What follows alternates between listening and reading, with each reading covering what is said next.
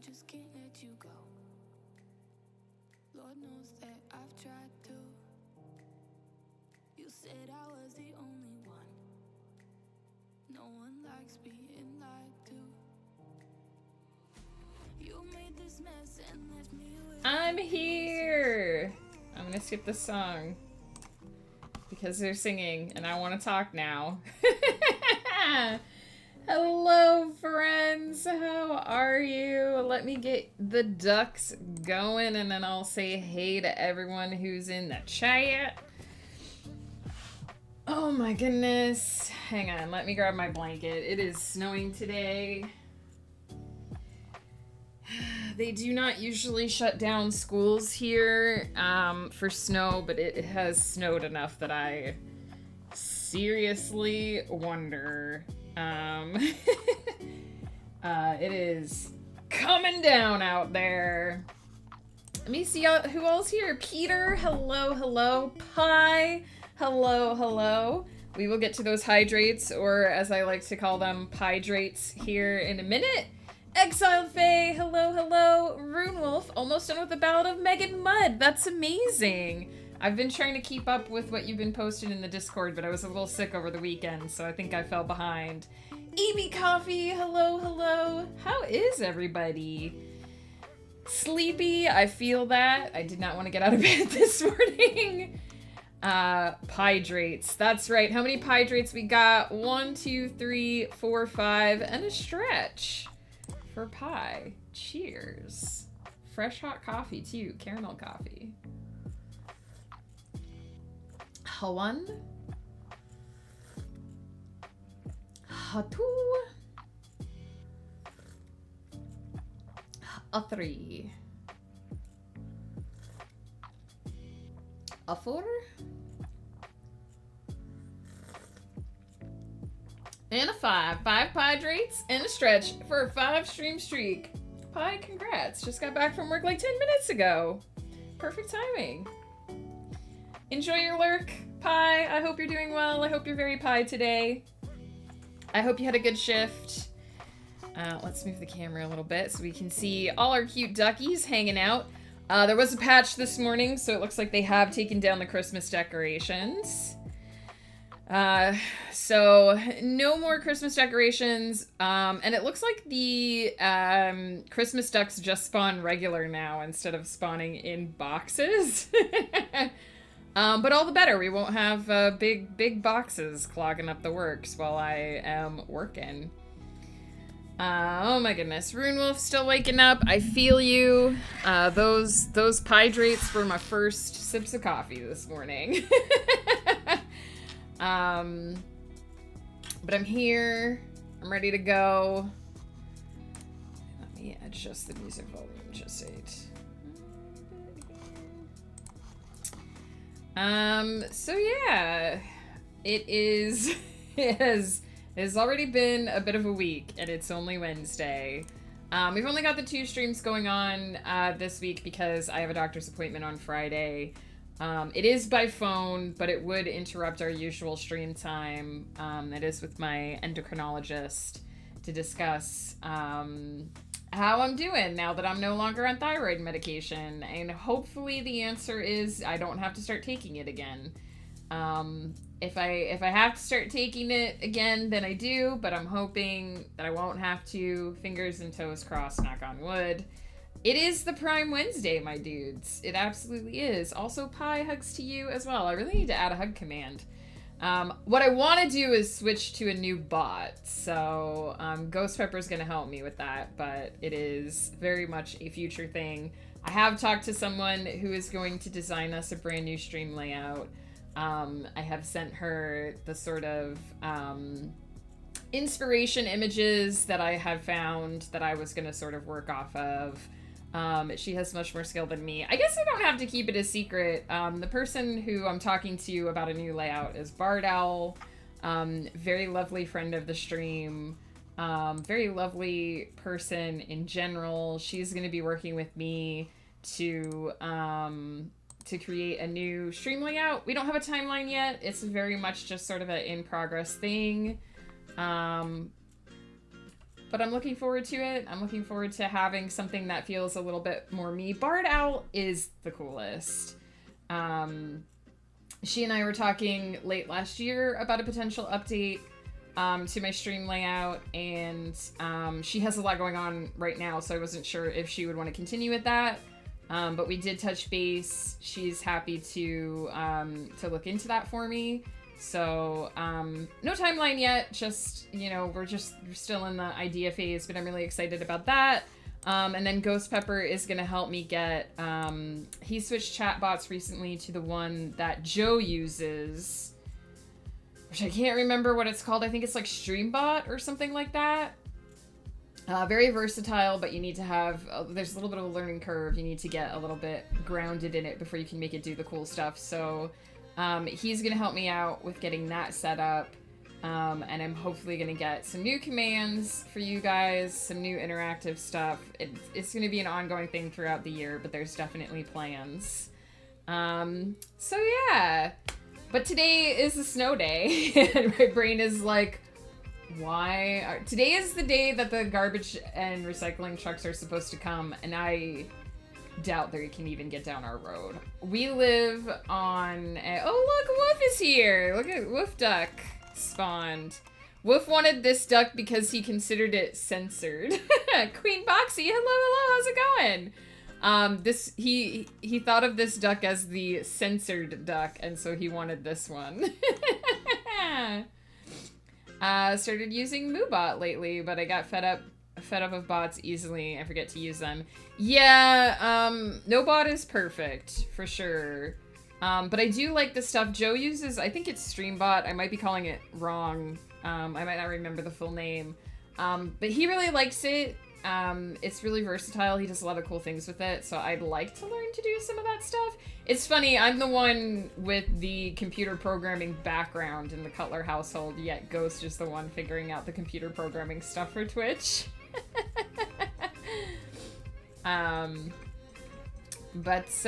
Yeah.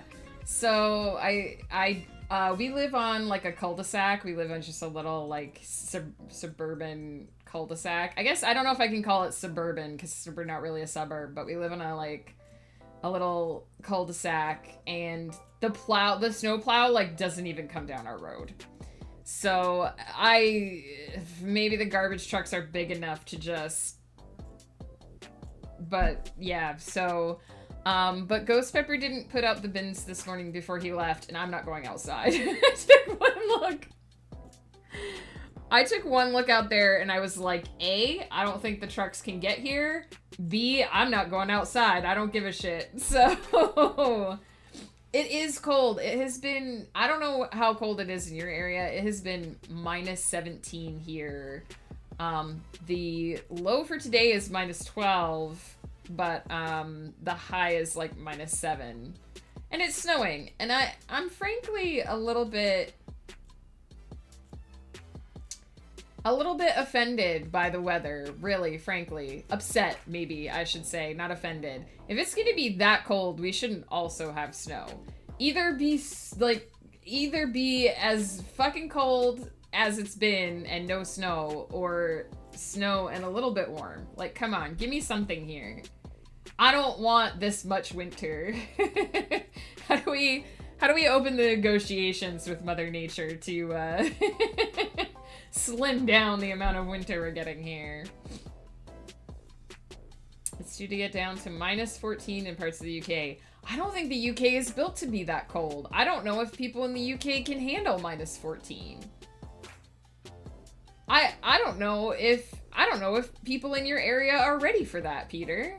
About the same for me, AB Coffee. Hugs and warm blankets going out to you. How's the snow in your area, Exiled Faye? Like, how cold is it where you are? Because I know your area. I know, like, what it's usually like there.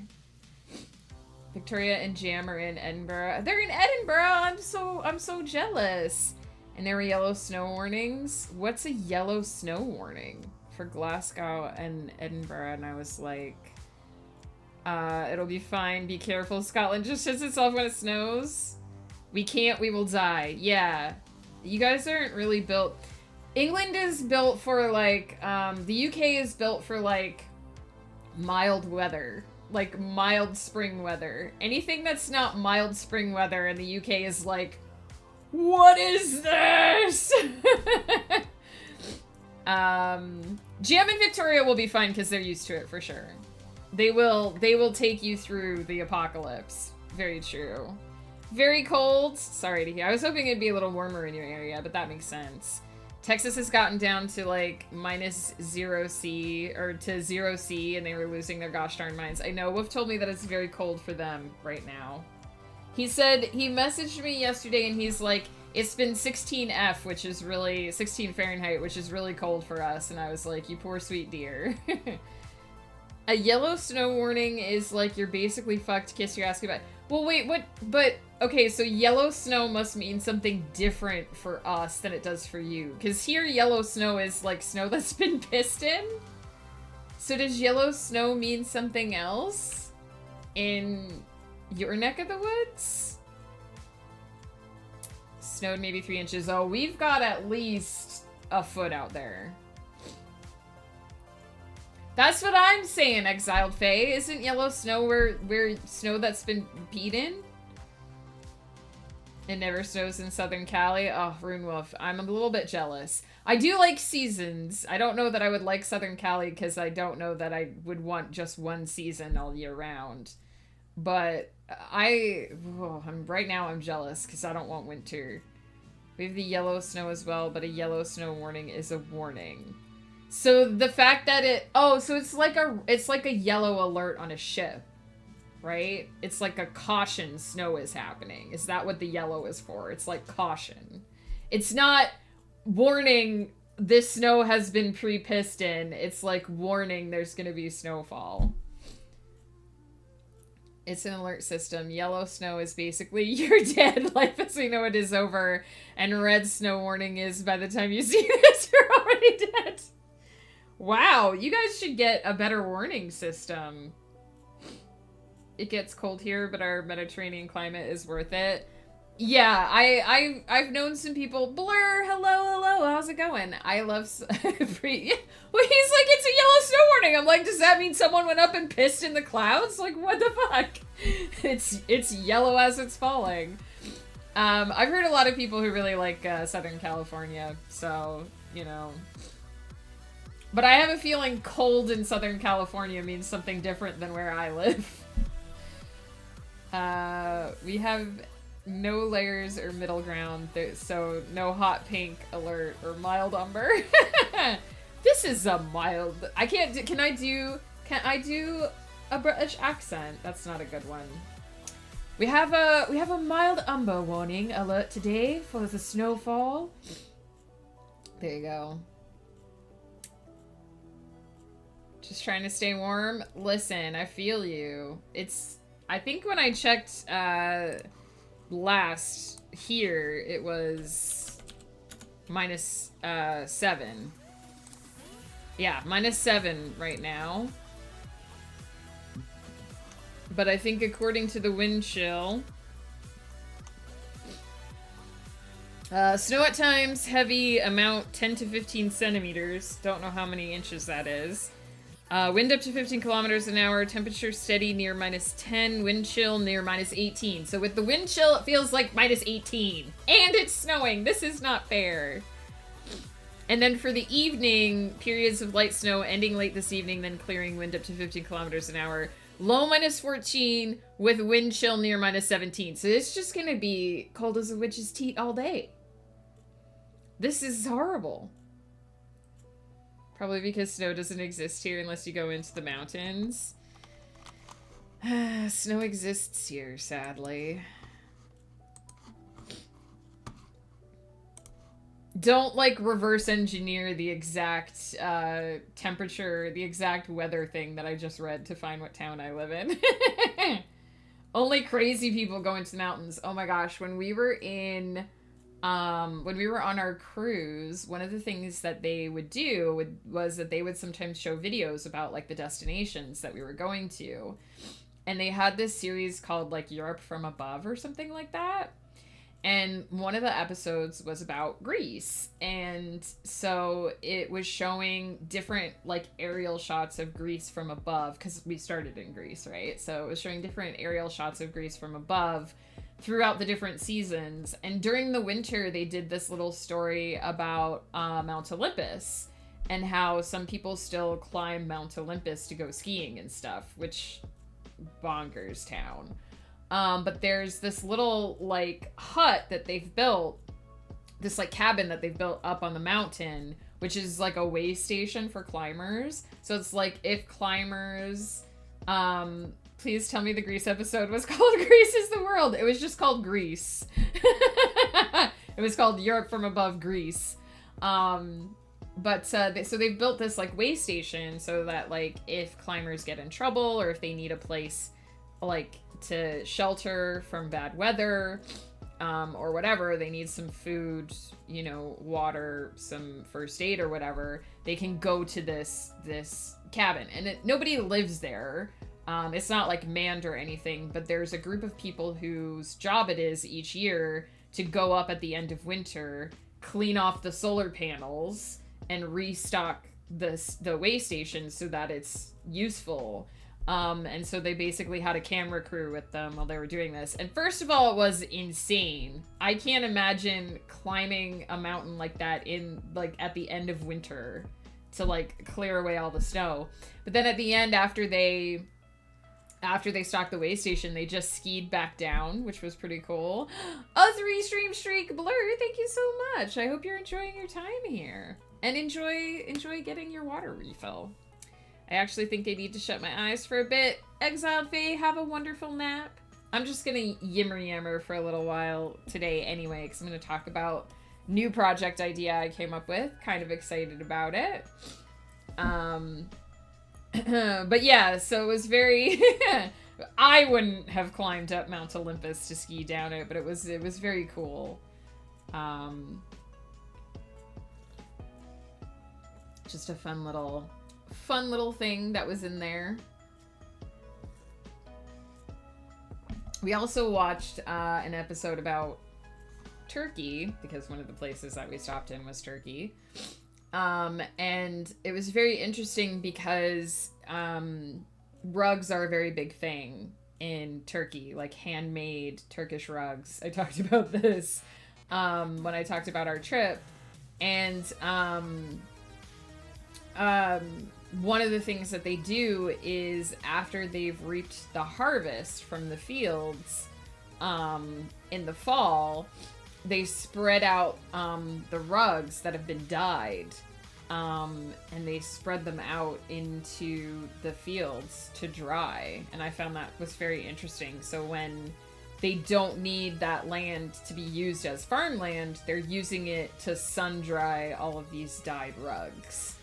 And it's still a very like time intensive job. They have to check them every day to make sure they're ready to be turned or whatever, so that they don't fade the dye as they're drying it. But it was really cool to see the shots from above of like the fields, and then okay, now the fields have been reaped, now it's all rugs, and then they pull up the rugs when it's time to plant again. There's a fascinating documentary about life in Antarctic research stations called Antarctica: A Year on Ice, and it shows what happens when the winter season hits and those who are left behind and how they lose their shit because of the weather. So I actually watched a movie once. There was a woman, it was quite a famous story when I was in high school. There was a woman who went to an Antarctic station for a year. This was like 20 years ago. To be a doctor, because they need someone to do first aid throughout, like they need someone to be the doctor throughout the year. And during the winter months, they cannot, like after a few months of little to no sunlight, the guy filming is like, read these numbers, and people can't even read what the numbers are. I mean, it takes a lot of wherewithal, because they can't, during the winter months, they can't even fly a plane. It's too cold to fly a plane down there. If the plane lands, it can't take off again. So they can't even get supplies they have to have all the supplies ahead of time. They might be able to airdrop some stuff from time to time, but the planes can't land. It's very important that you know that for this story. So this woman went down to Antarctica to be a doctor at one of the research stations for the year. And while she was down there, like, after they hit the window of we can't get people to you anymore, she realized that she had cancer. And she had to diagnose herself. I think it was breast cancer. She had to diagnose herself with cancer. She had to train one of the guys that was down there with her to help her do a biopsy because she couldn't surgery herself. She couldn't do surgery on herself fully. She needed to get a guy to help her do it. And they realized that she had cancer. And so they had to like airdrop the stuff to her, the start of chemo treatments for her. And she had to do all this in Antarctica while she was still the doctor because she was the only doctor that they had. And they basically had to do everything remotely. She had to do everything herself. And then when it finally got just barely warm enough, they concocted a plan. Because remember, planes can't land to take off again because it's too cold. There is a point at which fuel will freeze, and Antarctica gets that cold. The only profession where you're not allowed to save yourself. Well, she tried. I mean, she tried. But you can only do so much on yourself, right? Like, how do you do surgery on yourself when you're in horrible pain? And so basically they were like watching the weather, and they got like a warm-up window that was just enough that they could sort of kind of get a plane low enough that they could get her on it. The plane didn't like fully land from the way they described it in the documentary. It got low and kept going. So basically they had another doctor on the plane who had volunteered to go down and take her place, and supplies. They got low. They shoved all the supplies out. The doctor hopped out. They grabbed the new doctor, and then they had to take their current doctor and shove her into the plane so that it could take off again before the fuel got too cold and froze. They did make a movie out of it. I believe it was starring Susan Sarandon. I don't remember what it's called. There's a documentary, too. What is this song? Hang on. Okay.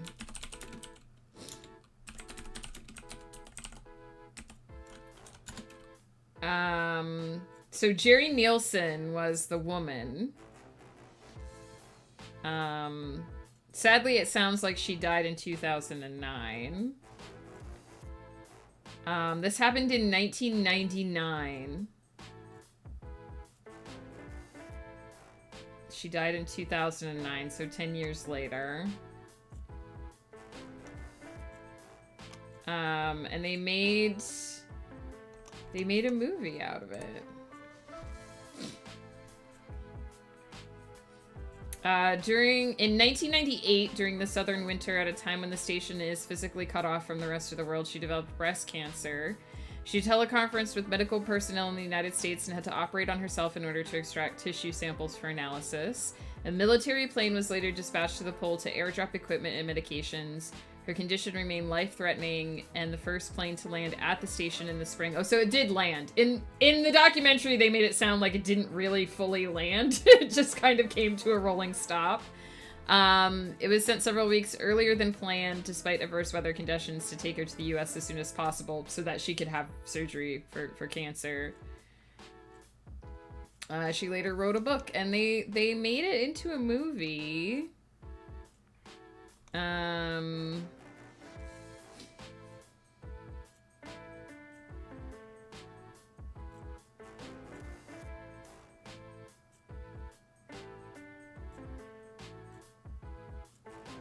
So it's called Icebound, a woman's survival at the South Pole. Was made in 2003, starring Susan Sarandon, straight to television. And it's basically the story of her. And they released it, when they released the movie, they also did like a mini documentary about it as well, with interviews from people who were there. It was a crazy story, man. Also, in the movie, it shows them doing that thing where they go into the sauna and they get their body temperature up really high, and then they run out into the snow in like bikinis and stuff, because apparently they do that at the South Pole. Oh, there, Peter found it. Icebound and Women's Survival at the South Pole. I'm not going to the South Pole. I'm not going to space. I'm not going into the ocean, and I'm not going to the South Pole. But if you guys want to have fun, I ain't doing it. I ain't doing it. No thanks. But yeah, it's crazy. If you go to the South Pole, like, because they get physically cut off from the rest of the world for several months.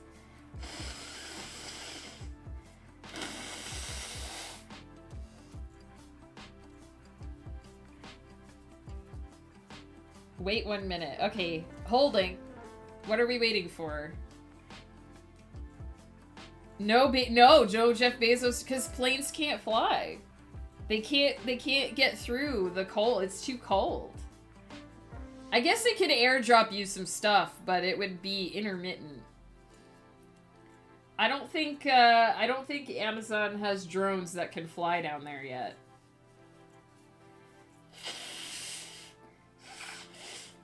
I know, AB Coffee. I don't know what I would do without my Prime deliveries either.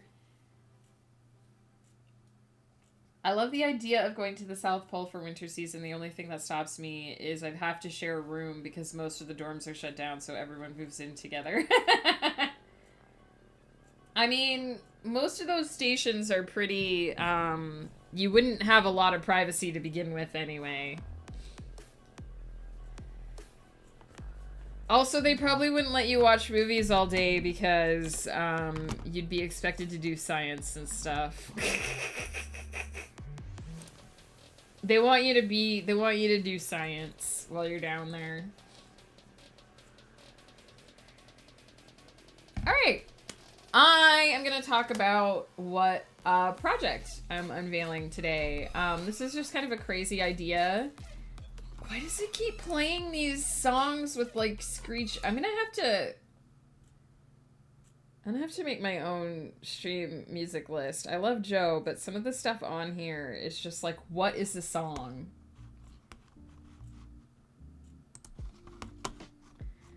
Hey, Angel Faye, how's it going?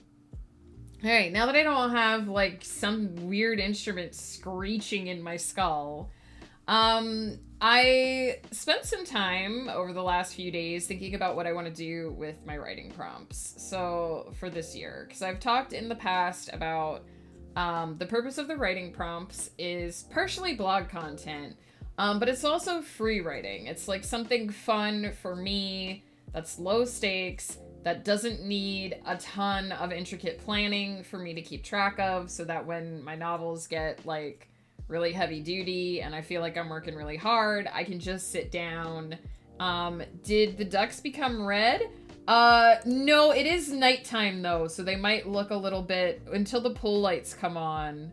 There's also just a high concentration of red ducks in that one area. Melly Valley, hello. Happy New Year. How's it going?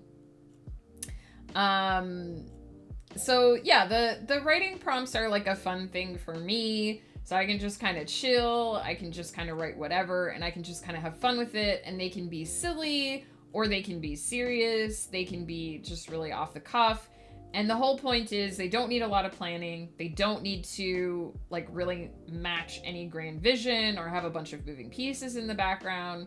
They're just supposed to be really fun little things, for me, which is why we do them every other week. I write about 22 of them per year as per the 22 stories in 2022. They go up on my blog every other week. And for the last 2 years, I've been writing them on stream, which has been pretty fun.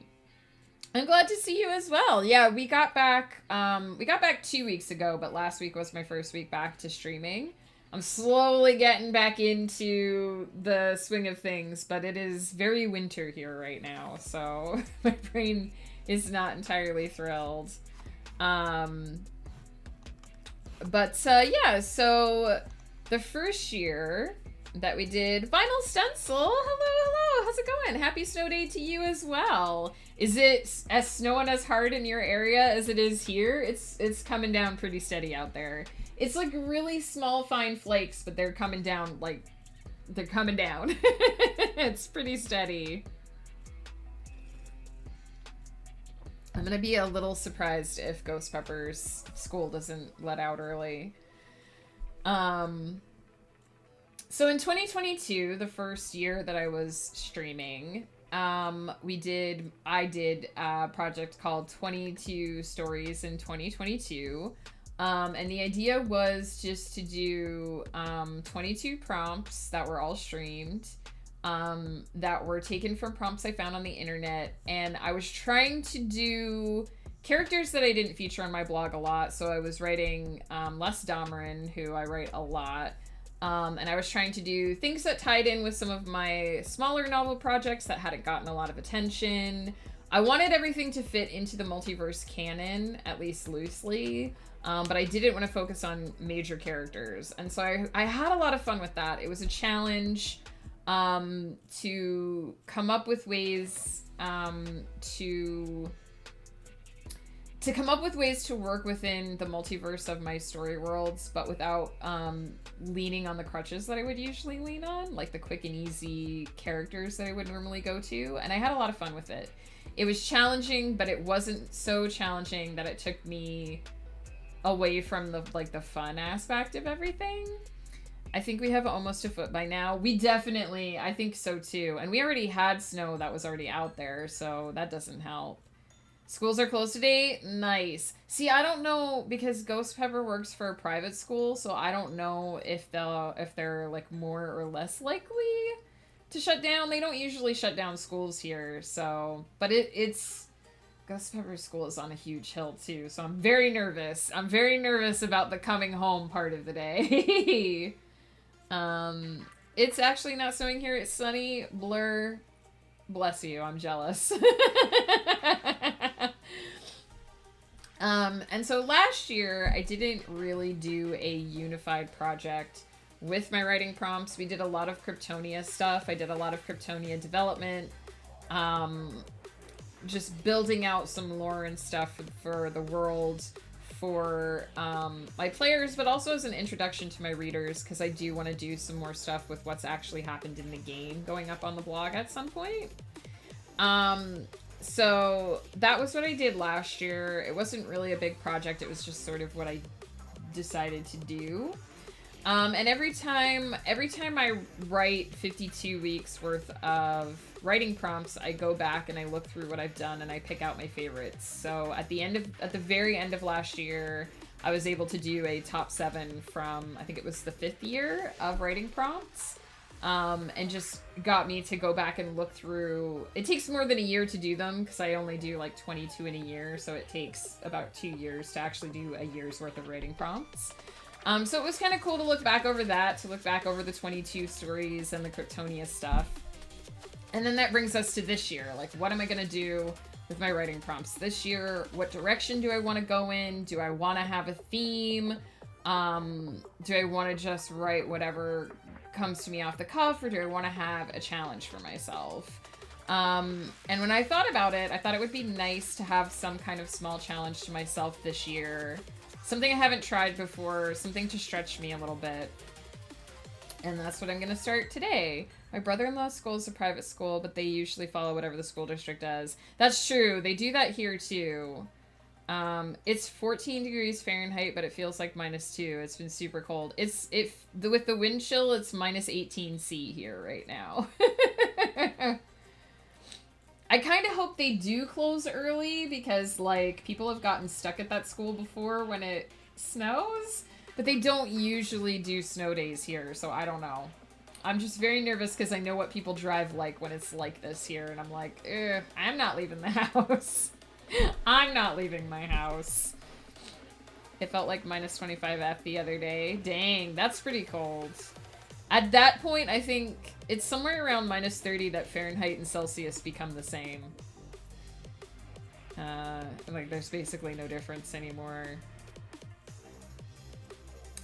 So yeah, the project that I'm going to do... I don't have a name for this thing yet, I don't think. But the project that I'm going to do this year is I basically want to... I was thinking... way back in the long ago when I first started doing prompts, there was a time where I did some serial shorts.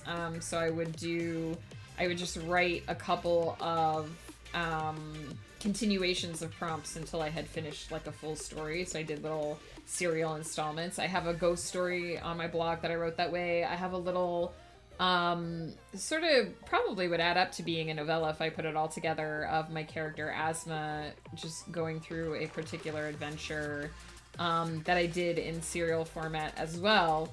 And I was thinking I would like to do something like that again. And so for some time, I have been telling a couple members of the community, encouraging a couple members of the community to, who favor like flash fiction and stuff. I've been like, you know, you can create a novel out of, you know, flash fiction prompts and stuff. Just write, you know, just write in fits and spurts and string it all together. So I was like, what if I tried to write a serial story based on writing prompts? Each like chapter will be based on a writing prompt, and eventually they'll all tell a story, but I'm going to write the story based on writing prompts. So like the writing prompts will kind of dictate what ends up happening in the story.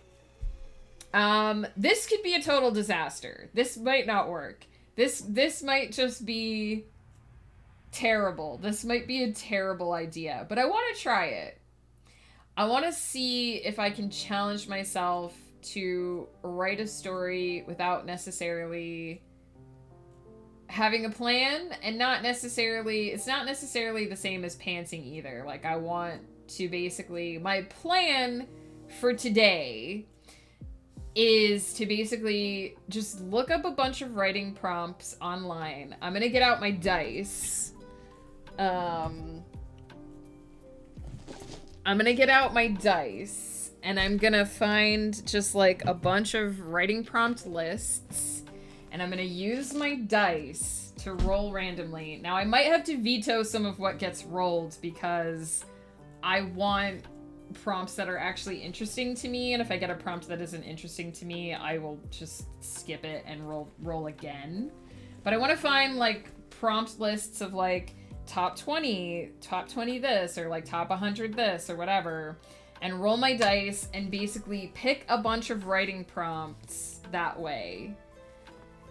And then I'm not entirely sure, like I'm thinking I'm gonna pick the writing prompts and then I'll either put them in order or not put them in order. Like maybe I'll roll randomly to see what order they go in once I've picked them. I haven't decided like how many. Haven't made a lot of decisions, you guys. But I basically, like, I'm gonna do this. I'm gonna create a table of contents. And then from that table of contents throughout the year, I'm gonna write scenes that are hopefully gonna stitch together into a full story at the end. And if you know what, if I do like 15 of them and I need more, then we'll add more. We'll do another session like this and we'll add more. This is a totally crazy idea, but I want to try it. This is what I want to do. I live in a cold state, but mine is emotional and mental more than physical. Peter, but you said there's a yellow snow warning, which apparently means someone's pissing in your clouds. Kind of sounds like the movie Argyle, although it's more writing becomes reality. Maybe not. So maybe not like that. I live in Canada, but it's usually mild near the coast, so these cold snaps and snow events are somewhat rare. I know, right? We moved here to have not the same kind of winters that we had in northern Quebec. This area is not built for, like, minus 25 and, like, this much snow. So yeah. Sounds like a great plan. Yes, vinyl's with me. Yeah, I felt like it's the right combination of fun, right? Because it's fun, it's random, and I've been having a lot of fun with writing random things lately, with just going off the cuff, with not really worrying about whether something sounds really stupid. So it's fun, it's challenging, because it's gonna test my skills as a writer. And I'm kind of, this is disclaimer, this is not meant to be a brag or anything, but I'm kind of at the point where I've been writing for a long time. I have a regular production schedule. I know what my limits are. I know what my strengths are. And so I've gotten very good at sitting down and saying, okay, I'm going to take this ether and I'm going to turn it into this story. And I've gotten very good at being able to, you know, group together what I need to make a novel and to go through that process in a specific order and get something that comes out the other end feeling like a polished product. And so I kind of want to see what happens if I take out all of the process that I usually use in the process, if that makes sense. I basically want to sort of unlatch myself from my normal production process and see what happens if I just go off the cuff, random, basing my stories on like a one-line concept or something, and to see what I can actually put together from that. I might not actually be able to do this. It might just turn into like a total mess, but it sounds fun and I want to try it. If nothing else, it'll be an examination of the creative process and my experience with it, and that alone makes it feel worthwhile. Plus, I feel like if you want to be like a craftsman, this is not necessarily like people who are like, I just write for fun. That's fine. That's cool. This isn't what I'm about to say. Isn't necessarily for you then. But if you want to be like a craftsman, if you want to be someone who works with a particular skill, I think the essence of continuing to do that long term as a career is to find ways to challenge yourself, to build outward, to build new skill, to increase your repertoire, whatever, and however way that you do that. And so the last thing that I want is for the creative process to become boring. The last thing that I want is to always be writing within my comfort zone. So I want to kind of stretch myself. I want to sort of go into territory that I haven't accessed before.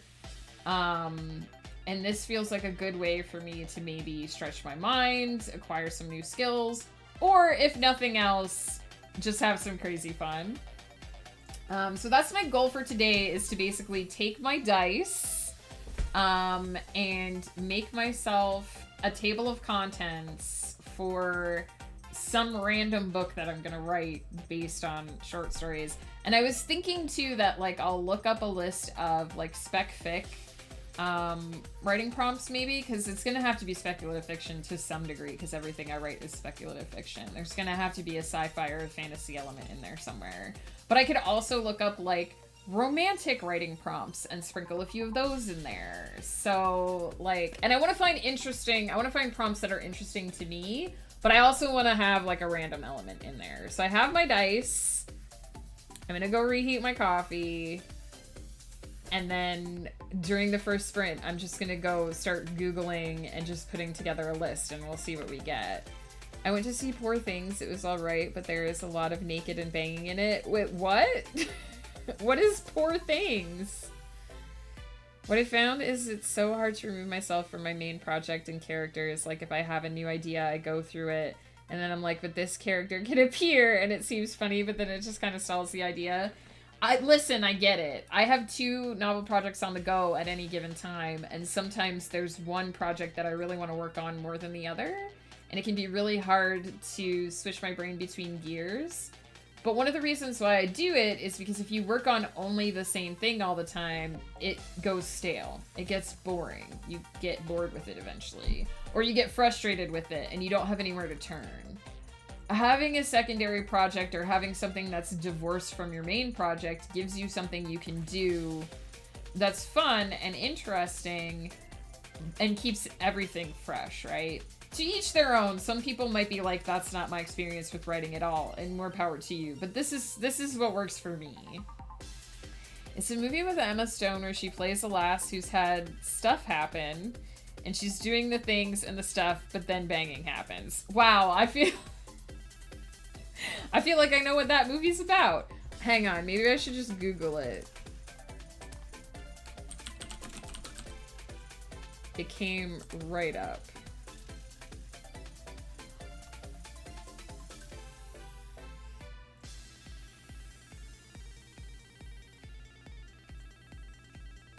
Okay, what it says that the movie is about on Google, it sounds nothing like what Peter said it's about.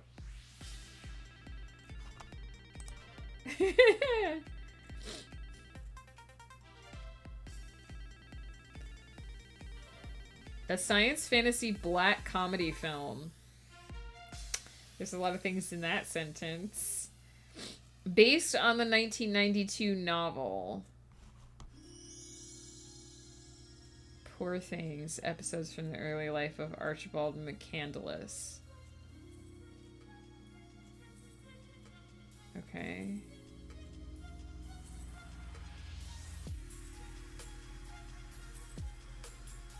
A young woman living in Victorian-era London.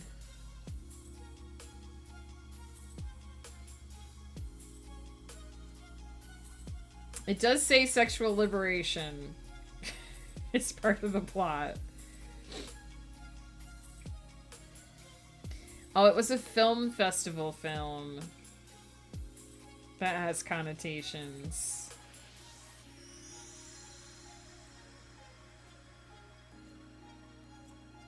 It doesn't sound like it's for me, but I'm glad you gave it a try, Peter. Alright, let's save our ducks.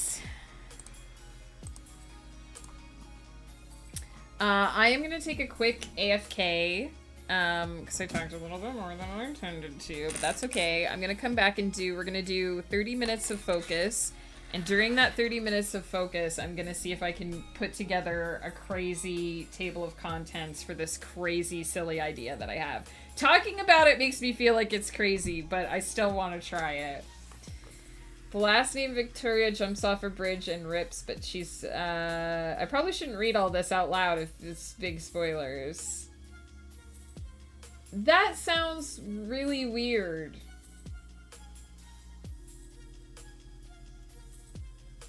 That sounds really weird. I'm gonna take a quick AFK and then we're gonna do 30 minutes of focus. I'll be right back.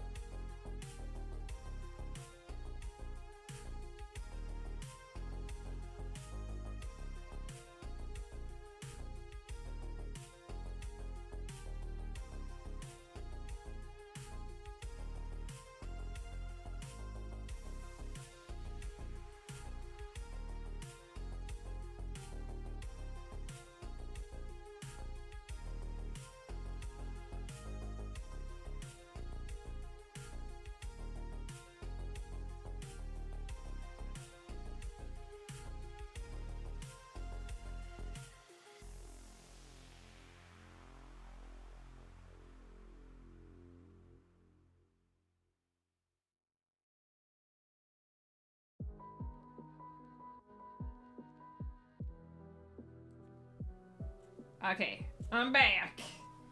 It's so weird to walk through my house right now because we have a skylight in the main portion of our house, but it's covered by the snowfall right now, so it's like super dark in the main portion of the house.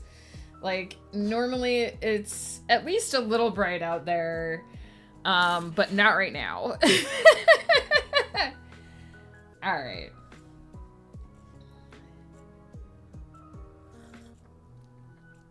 Make sure my... Okay, we're in noise canceling mode. I'm gonna turn up the music slightly, because I'm gonna stop talking. And I'm going to do, we're gonna do 30 minutes of focus, and I'm gonna see if I can put together my list of crazy.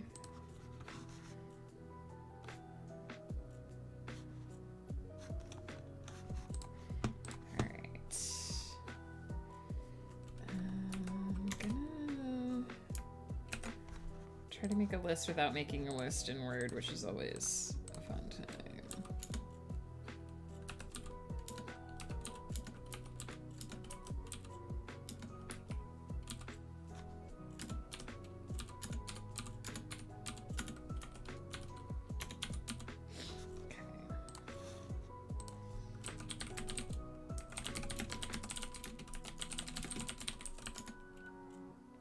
Oh, 101 epic sci-fi story prompts. 660 science fiction writing prompts. That's too many. I don't have a die that will roll 660. 21 speculative fiction writing prompts. Let's see.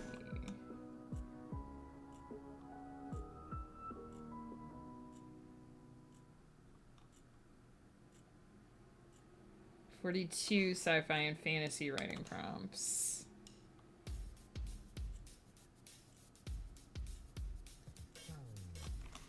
Let's get some.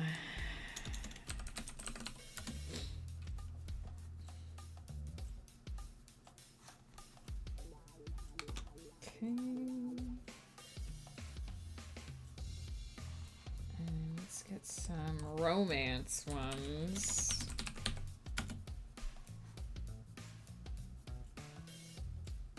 Oh, I have dice, Peter. There's a whole bag of them. I'm using my physical dice. I don't have a physical die that will roll 660. Oh look, this same website has a bunch of different ones. Okay.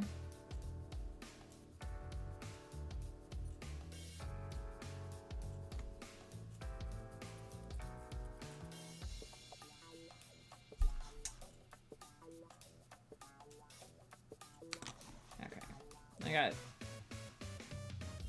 6 websites now. Okay, let me just look at some of these and see if they're any good. Good luck on the art, Blur!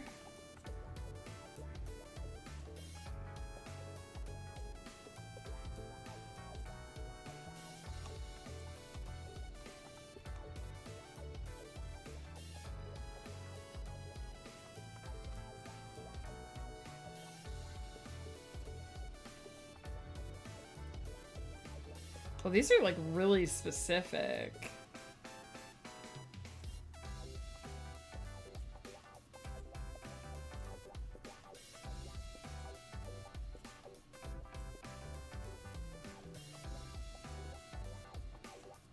This one sounds like Kiona. Emotional damage. In a world where magic is fueled by emotions, follow someone whose ability to control magic is dangerously linked to their emotional state, leading to unpredictable and often catastrophic outcomes.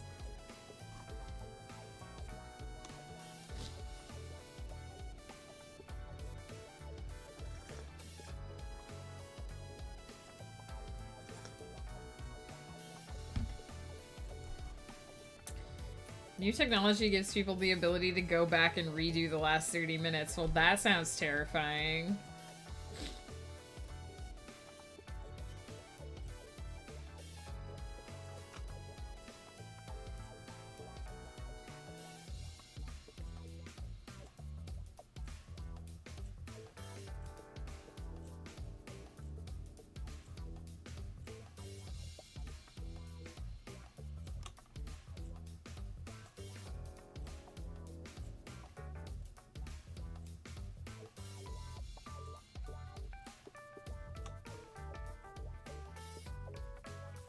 Well, I don't know that I want to use that. Those aren't really writing prompts.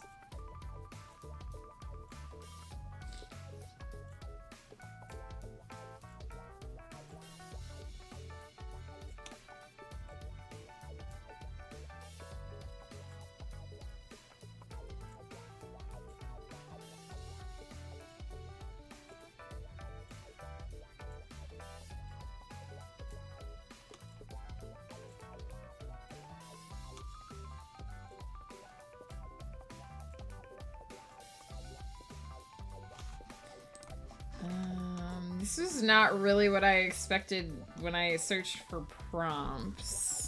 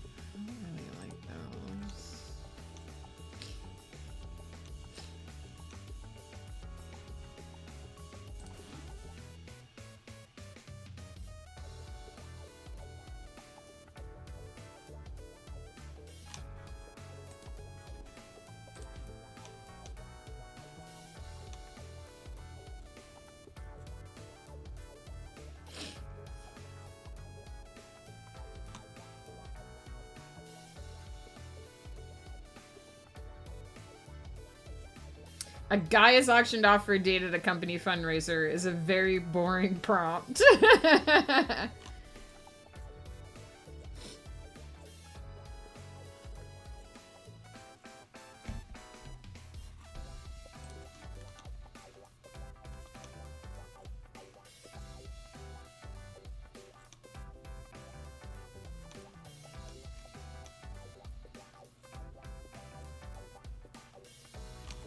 This isn't really what I had in mind.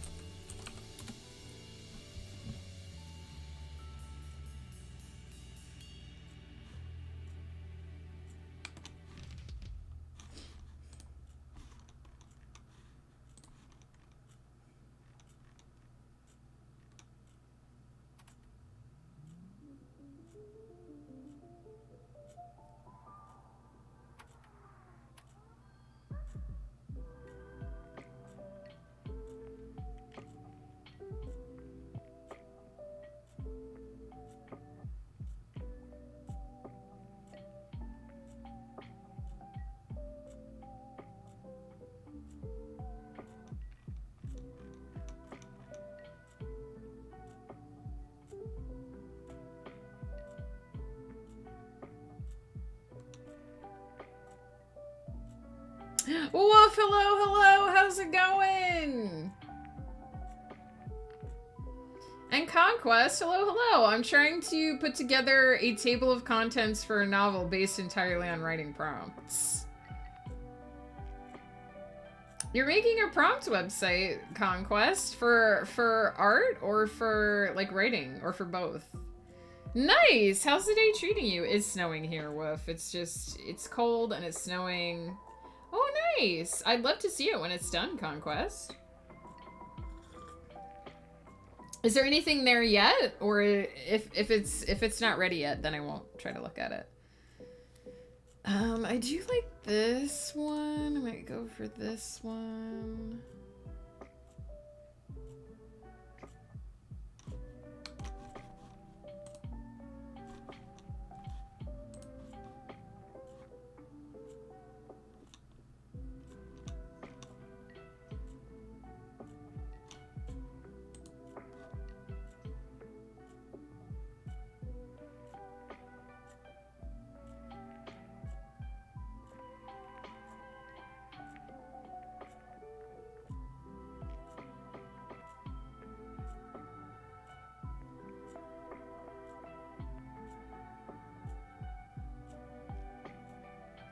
You have $300 in a Prius. Describe the 2,800-mile road trip from New York to LA. Well, you ain't getting very far on $300. sorry to say. Okay, I'm gonna start rolling some dice and just see what we get. I don't know that I want to use that.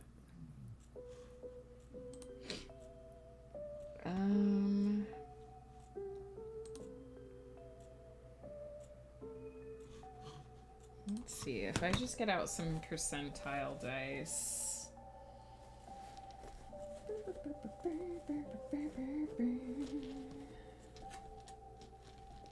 Alright, so this is how we make a D100. This one gives us the tens, and this one gives us the ones position.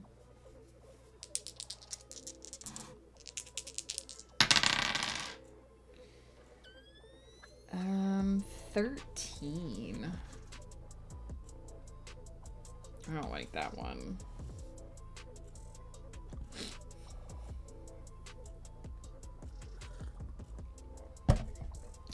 I don't like it. Okay. Already dropping my dice.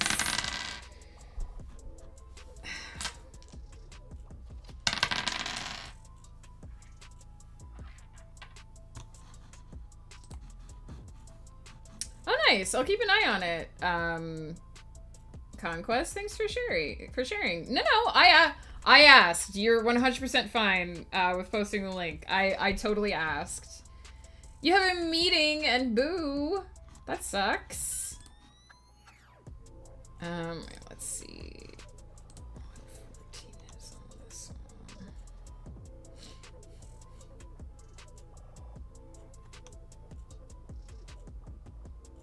I like this prompt. I'm gonna take this one. Okay.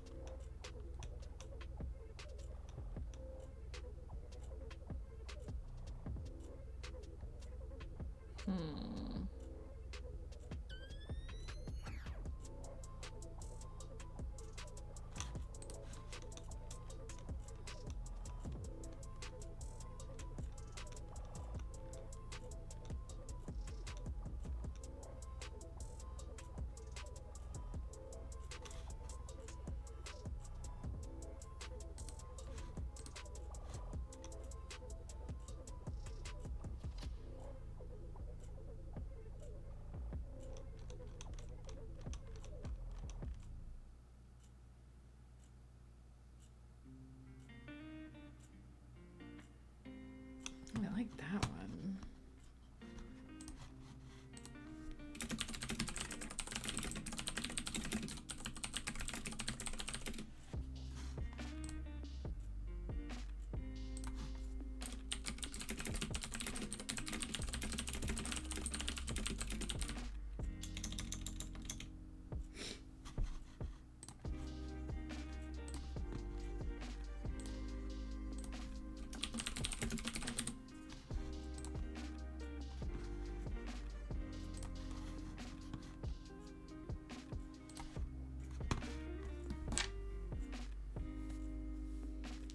Oops, got a golf shirt that is basically Silverbell's death. That's so cool.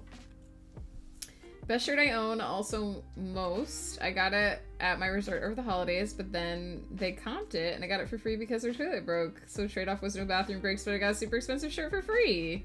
Most expensive. I see. Well, I'm glad that you got it for free. I'm sorry that your toilet broke.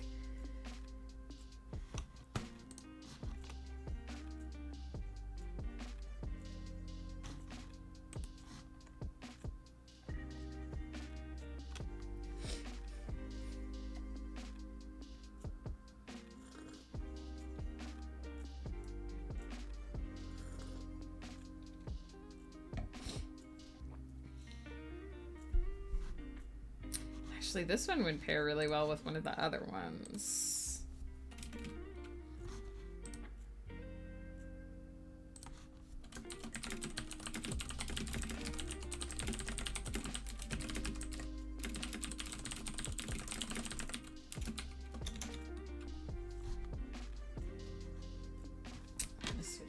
gonna switch dice because these keep rolling the same numbers.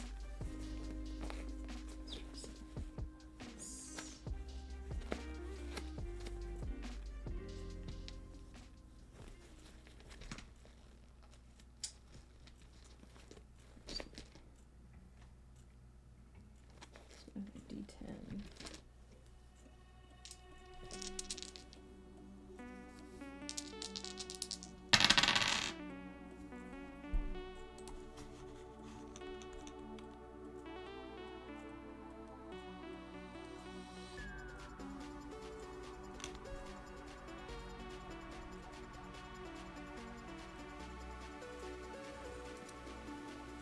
All the water had to be shut off for one of the days we were there. That sucks. I hate complaining to management, but yeah, that's a thing where, like, you kind of need to be able to use the restroom at some point in time.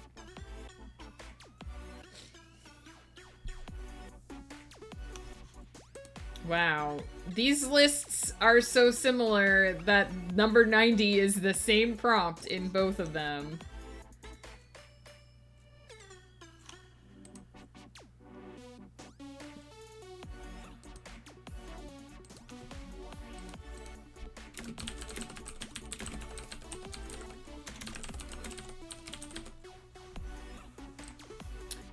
I wonder if...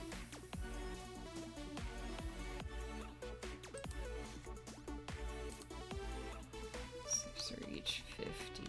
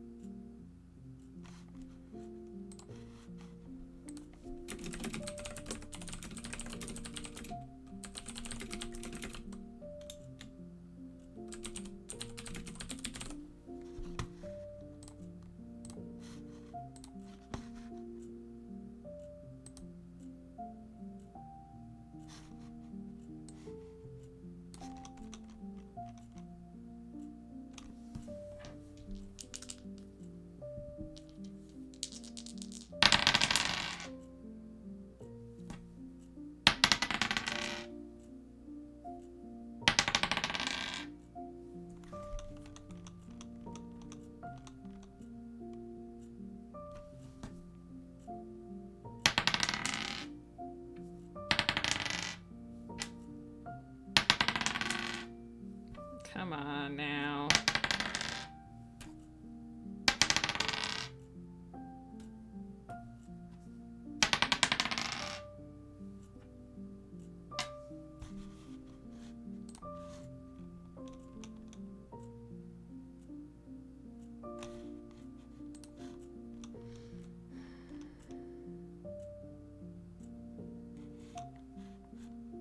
The Titanic suddenly reaches New York with all the original passengers and crew members aboard. They did that in Ghostbusters. Come on.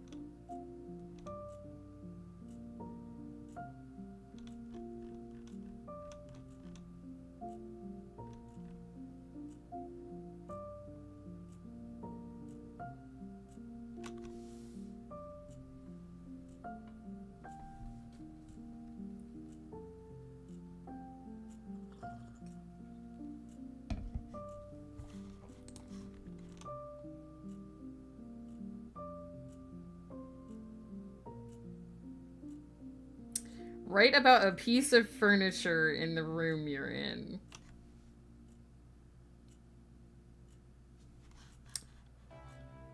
Kind of like this one. We'll throw that one in there.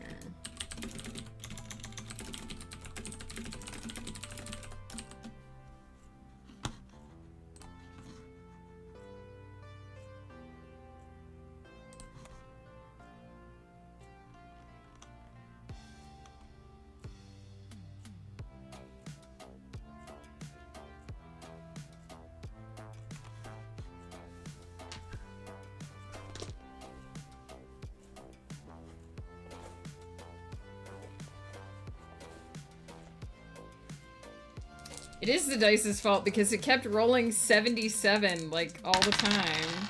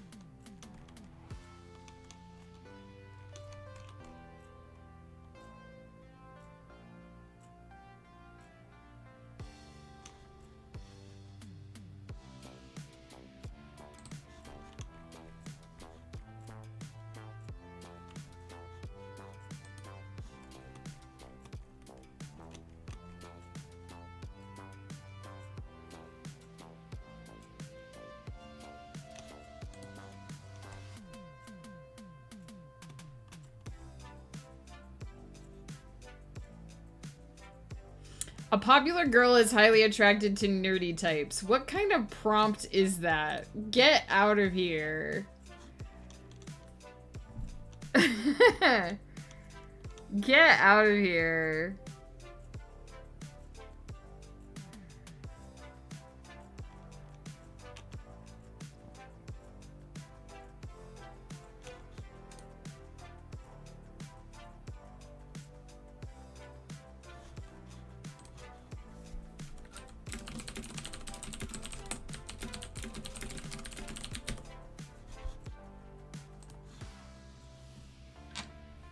Yeah, if I was playing D&D, my dice would be doing me real good right now because my D10s keep rolling super high. It's not what I want them to do at the moment, but...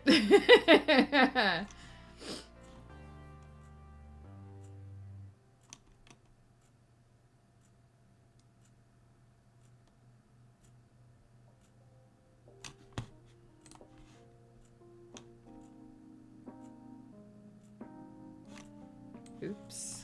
Oops, if I look in the right spot.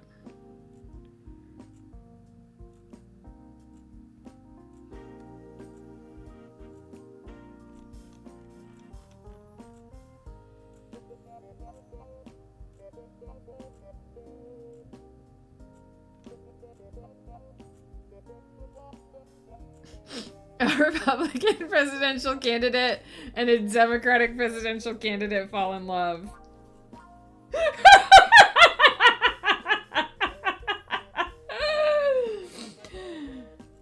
I'm not writing that. I'm not gonna write that. I'll leave that one for someone else.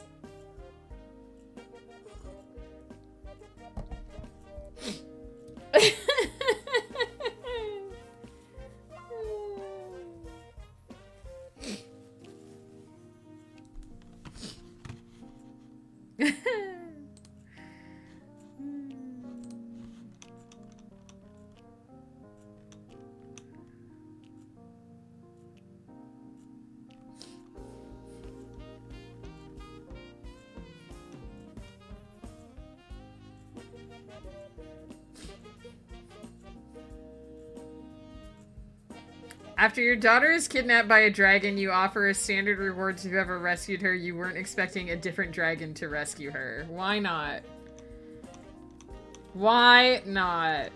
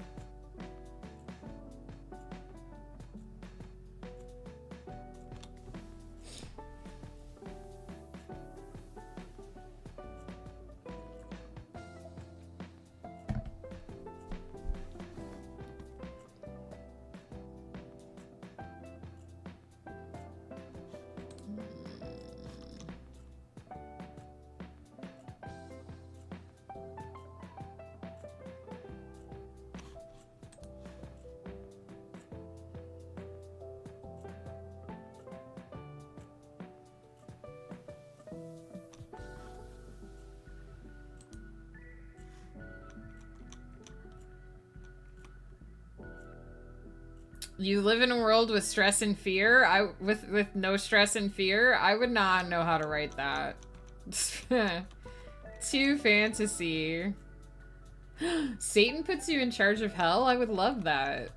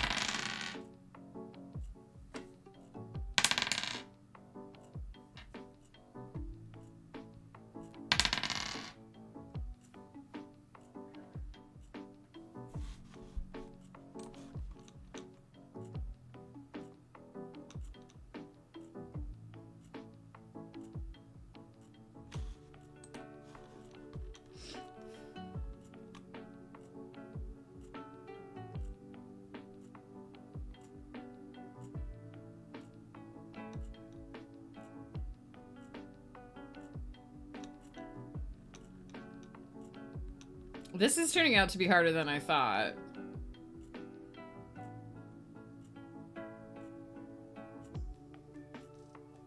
Oh, I think this one will fit well with some of the other ones.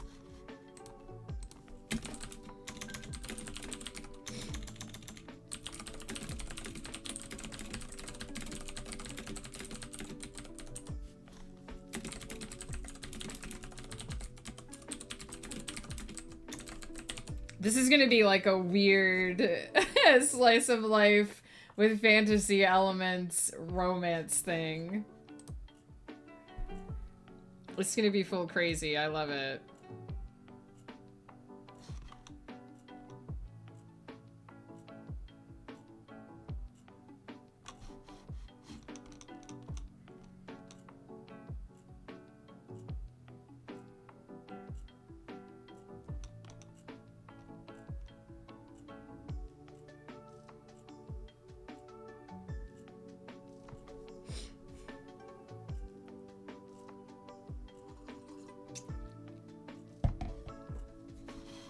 Apparently it's break time, but I'm gonna get a few more of these.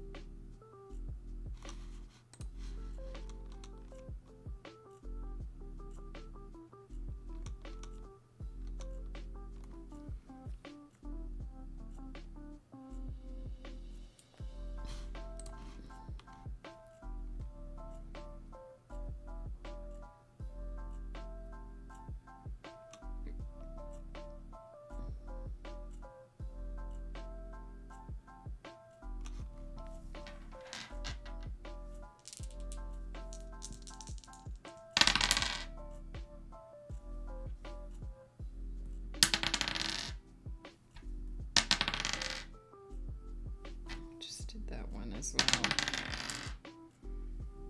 Maybe I should actually just roll because some of these don't go over.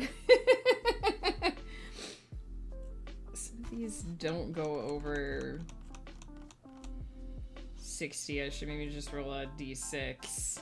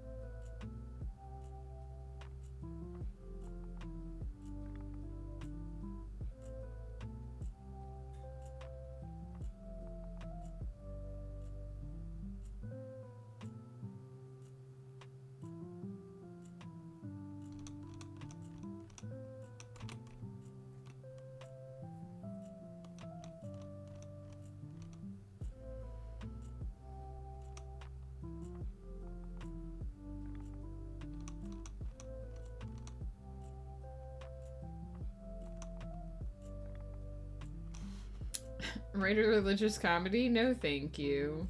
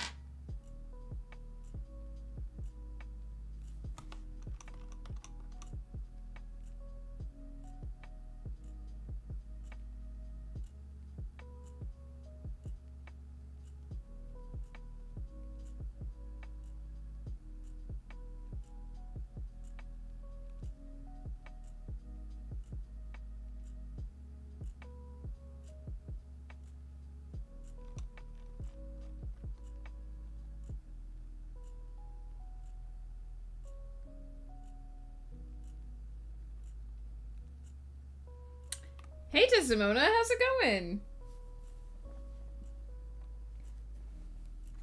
Sorry, I'm staring intently. I'm trying to find writing prompts. I'm staring intently at my screen.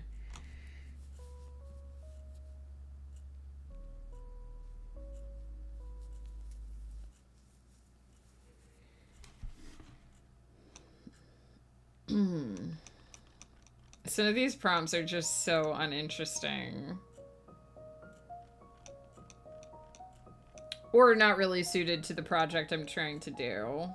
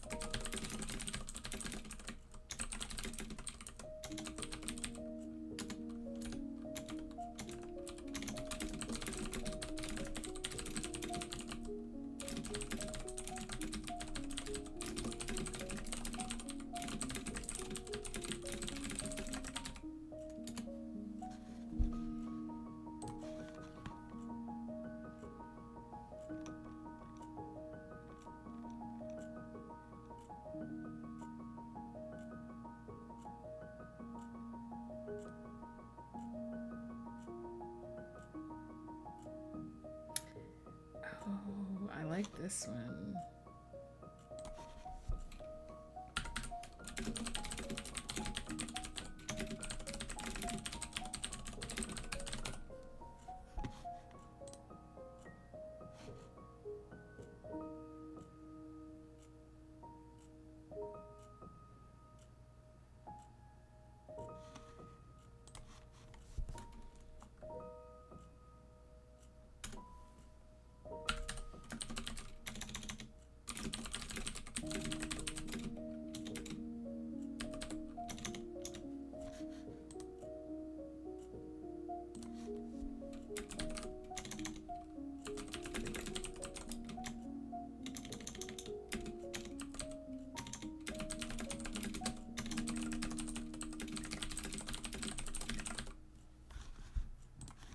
That one so much I put it on the list twice.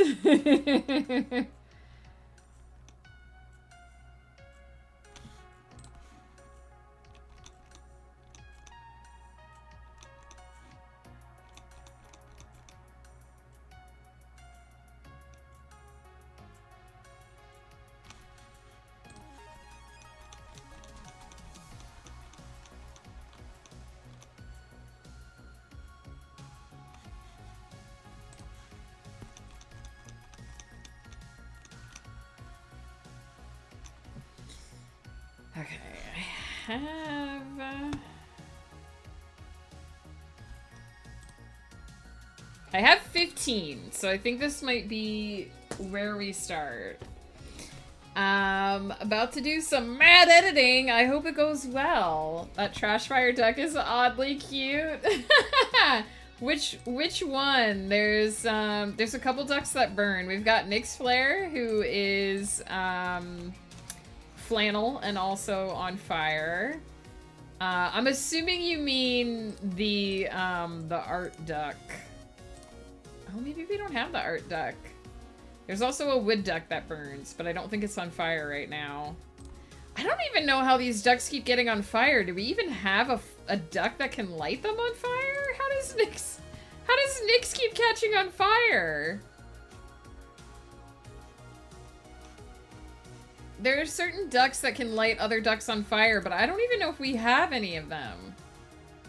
But Nyx has been on fire every time I've looked at her. Oh, there's this, you probably mean this one. For the trash fire duck. Yeah, the art duck catches on fire. How are these ducks catching on fire? What is setting the flames?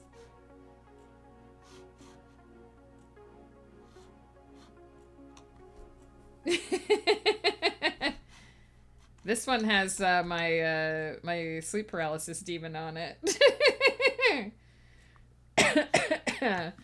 I love that you dubbed this the trash fire duck. I love that. Oh, this duck is setting them on fire. The sparkler duck. This is probably the culprit.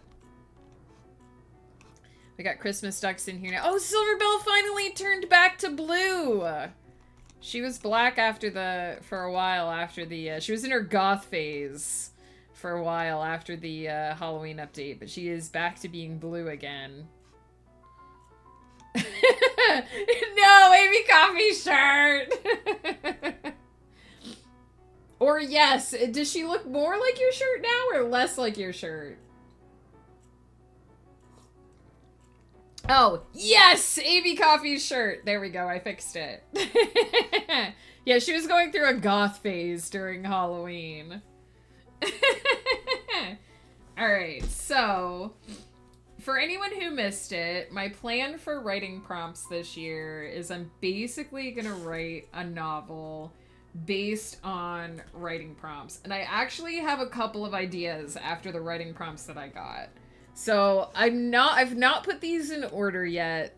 I'm not entirely sure what order I'm going to put them in yet. I have a couple of ideas though. So these are the 15 prompts that I have. I'm not going to use them in this order. During a bout of road rage, a woman puts a curse on a man that upends his life. One character is actually a mystical creature living a normal human life for a short period. A man gets lost in a virtual reality sim and can no longer tell what's real, possibly because he was cursed during a road rage incident. High school sweethearts reunite. A character hears their future via a fortune teller. If I knew then what I know now, that one's gonna be a total wild card. She tried to forget him, but never could. A man asks his twin to fill in for him for a relationship he's gotten tired of. That was a romance prompt, but I guess theoretically outside of writing a romance, it could be any relationship. Like it could be a friendship too. The lives of two people are changed forever when they meet and engage in a weekend-long love affair. One aspect of every dream a character has comes true the next day. Character is the only one who can read the lost language and therefore the only person who can decipher the scroll. Whatever that is. A family on a hike stumbles upon a group of witches in the middle of casting a spell. She has been walking for hours. Her feet are bleeding, but she can't stop. She can't let him find her again.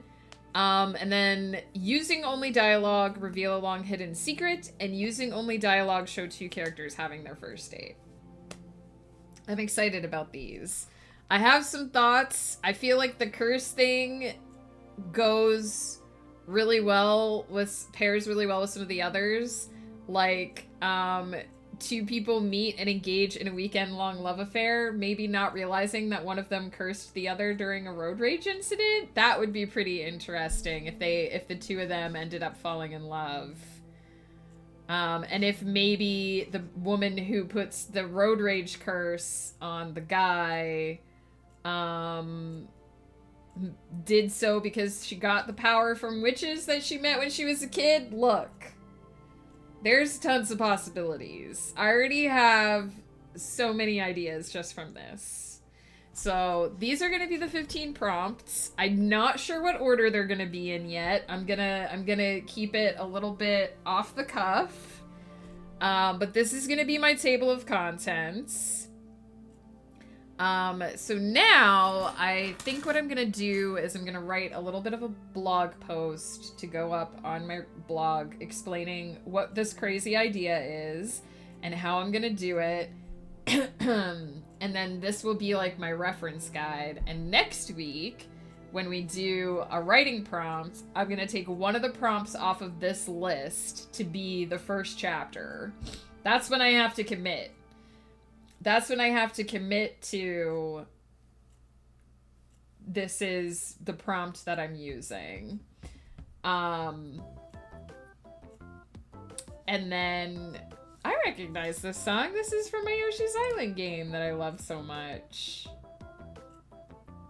Oh, it's from Super Mario World 2. Okay, it's Yoshi's theme, though. They use it in the Yoshi's Island game, too. Listen. So yeah, I'm super excited about this. I think it's gonna be kind of like a fantasy slice of life. Like a world where magic is not common, but not like it's there, but people don't encounter it very often. And it wreaks havoc with people's lives, but they just kind of accept that it's a thing that happens in their world. And these two people end up in a crazy mad situation because of a curse gone wrong. I love it. I have no idea who these people are. But it's gonna be fun to write. That's the story that I'm gonna write throughout this year. Oh my gosh, I'm gonna murder your name. I'm so sorry. Odvarel, is that how you say it? Welcome in. Thank you so much for the follow. I think you might be my 700th follower.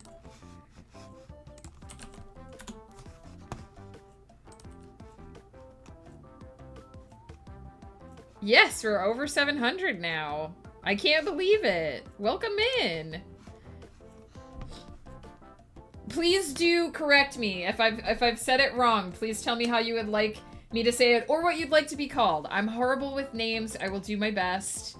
But please let me know. I just recognize I have a moment of panic every time I get a new follower and I don't know how to say the name. But I recognize that I'm bad with names, so please do correct me whenever necessary. So we've just picked out the writing prompts that I'm going to use to write a serial short story for my blog, and I'm super excited about how silly it's gonna be. I'm gonna take another quick break, because that actually took like way longer than I thought it would, but I'm super excited about it. And we'll come back and we're gonna do 30 more minutes of focus with our ducky friends. And we've got our pool is filling up. I don't know why only one of the pool lights is on. I feel like this map is usually brighter at night. Maybe it's because we don't have the disco duck yet. We don't have Nordic Sparkle to light up the night yet. But it will happen. I have faith. Very flexible. Think of it being similar to Mural, or just shorten the name if you're more comfortable with that. I mean, whatever you want to be called, I will do my best. My problem is, and I've talked about this a lot, like I'm not dyslexic. I don't move the letters around in words, but I do it with names somehow. So like I look at a name, even names that I've created, I often have to change the spelling of them later because I move the letters in the name and say it completely different than it's written. And I don't know why. I don't know why it's a thing. It only happens with names. it happens with like names of people and names of countries and stuff. I have no idea why my brain does it, but I feel terrible because it means that I mispronounce people's names like constantly. So yeah, I'm gonna take a quick break now that we've got all of our writing prompts picked out, and I'm just gonna do some work on getting this project ready when we get back. So I'll pause the ducks so that we don't miss anything.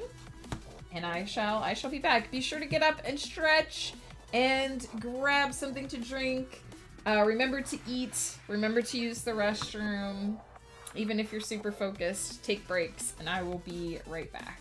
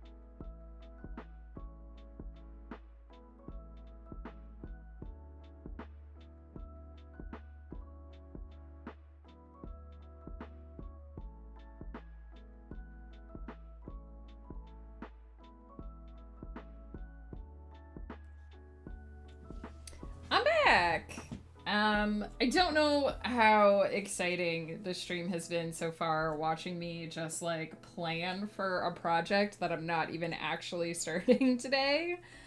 Normally this is the kind of stuff I would do ahead of time. Just like go through and pick all the prompts I was gonna use and sort of vet them and whatnot. I left to go make myself a snack a bit ago and got back a few minutes ago. Welcome back! How's the art going, Blur? Or have you not actually started yet?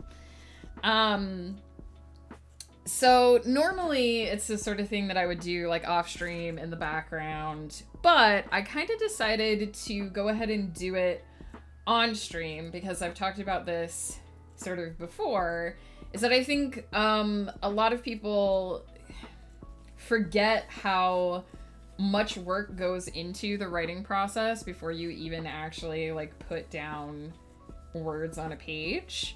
So I thought maybe it would be a good idea to, you know, just kind of go through it, kind of do it on camera, on screen, sort of share my thought process and like how I'm going about doing it as well as actually doing it.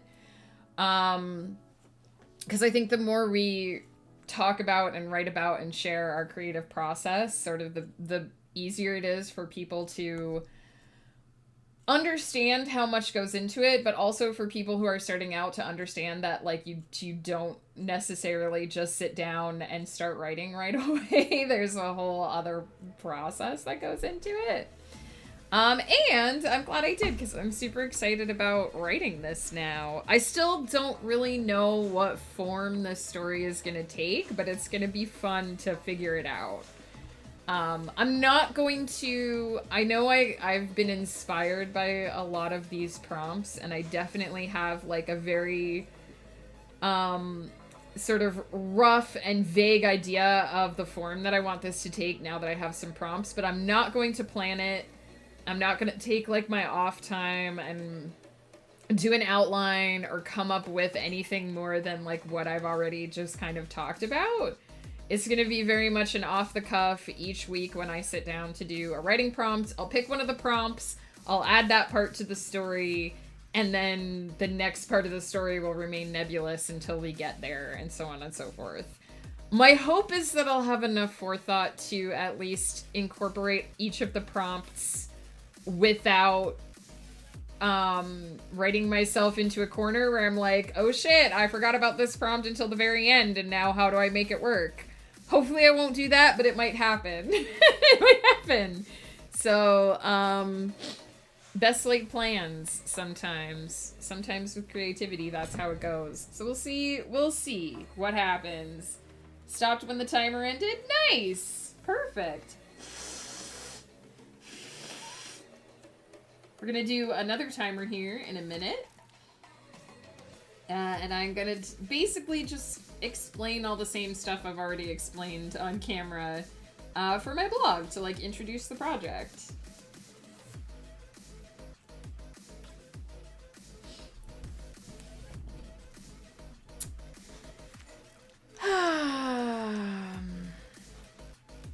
Need to get more of our light ducks. It gets so dark. It gets so dark at night when you don't have like the burning ducks.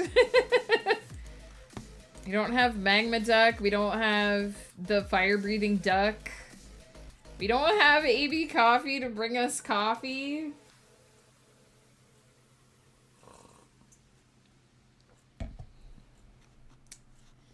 Sage. All the ducks are tired because they don't have coffee. Alright. Writing timer.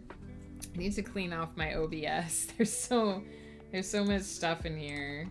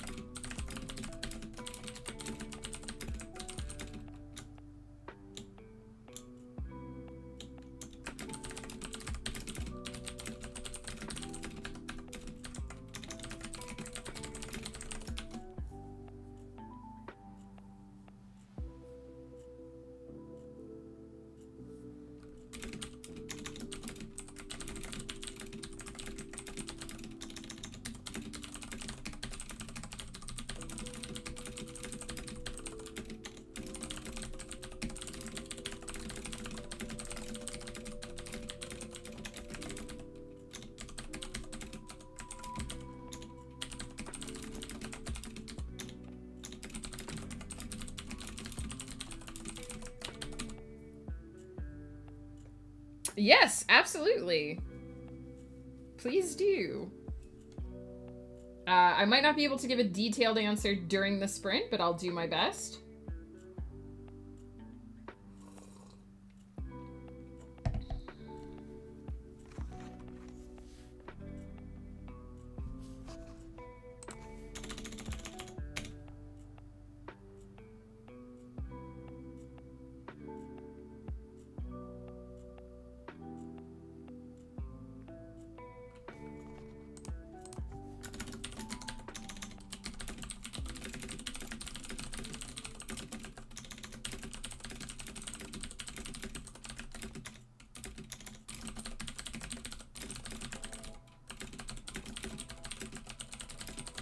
Janine, hello, how's it going? Should I reach out to an editor before looking at agents? That depends on how polished you think the book is. If you want to be traditionally published, most publishing houses will hook you up with an editor. Like, you'll go through the editing process as part of the publishing process. So having an editor to help you prepare the manuscript for agents isn't a bad idea, but you'd be paying out of pocket for something that your publishing house is going to pay for again later. So I would say make sure that the manuscript is as polished as you can get it before querying with agents, but you don't have to. It's not a requirement to have it edited prior to querying, because it's understood that you would be going through the editing process after.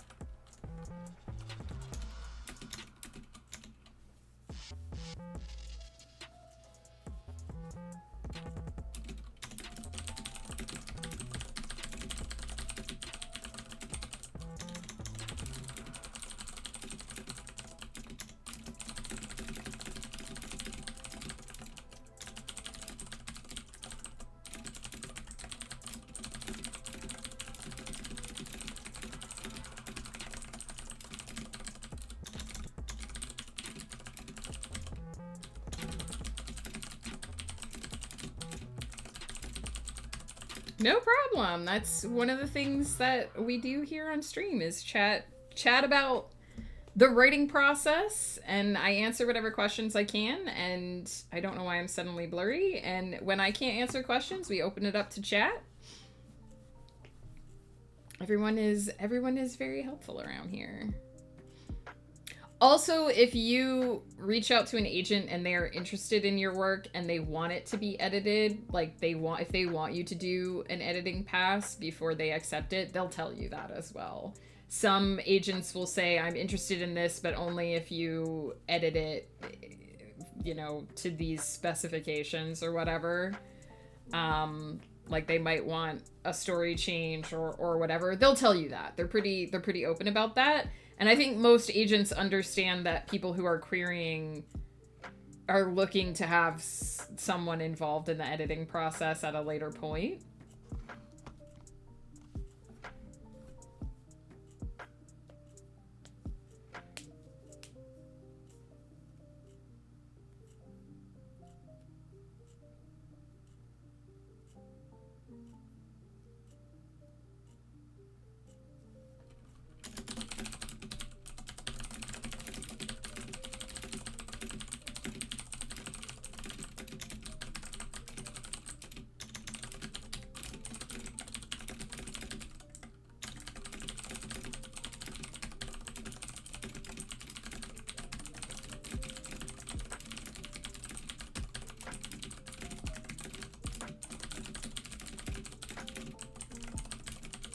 Oh no, Fire Duck got knocked out of the pool.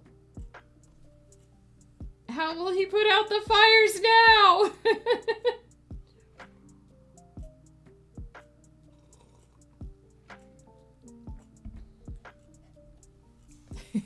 He can't put out the fires anymore.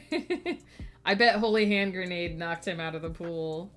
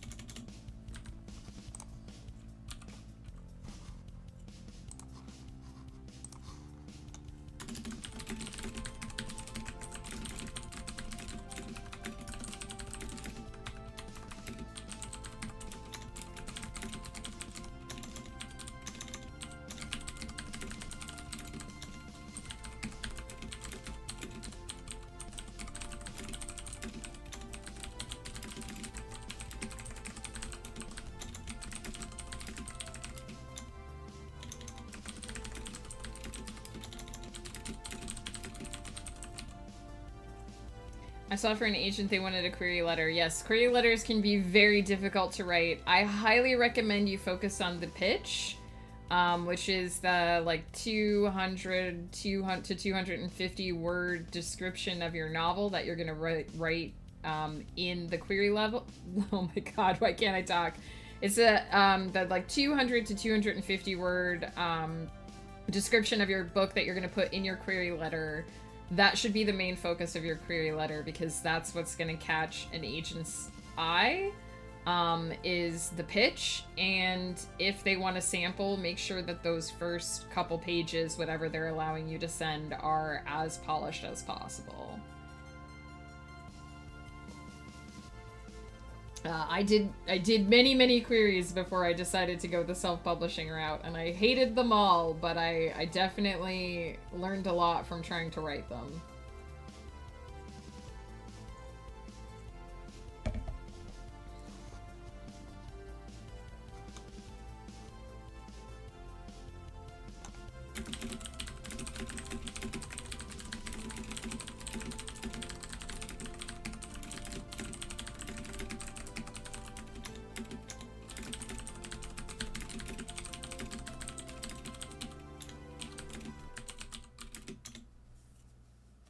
Tal, hello.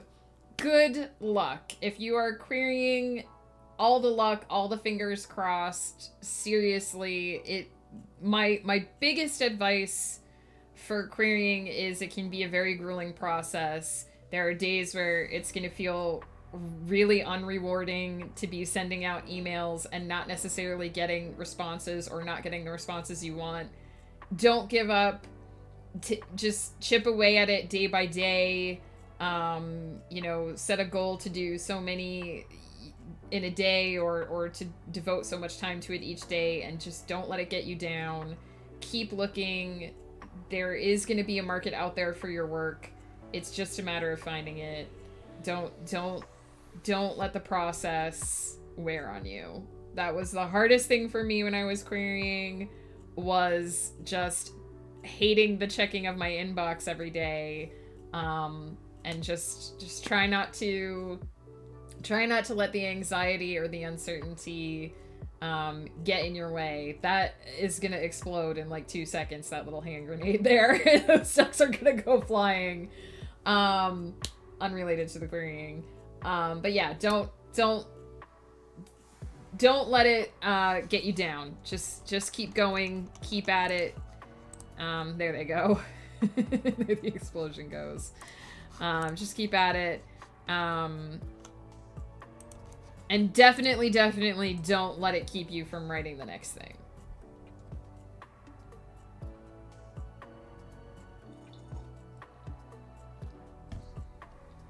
It only takes one acceptance to get where you want to go.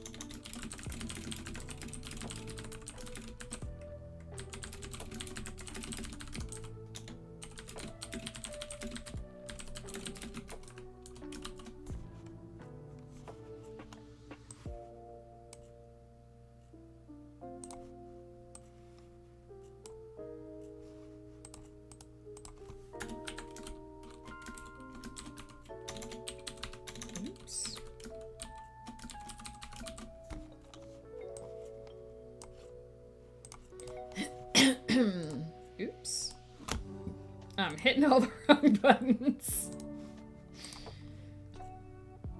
Sitting up and making some tea? Nice, Tal.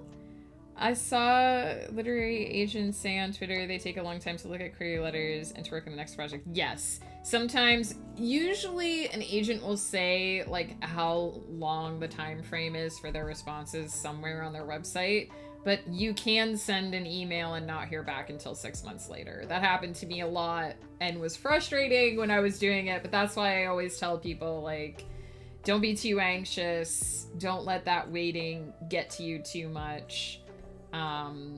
Just keep trucking along, and hopefully someday you'll get good news in your inbox.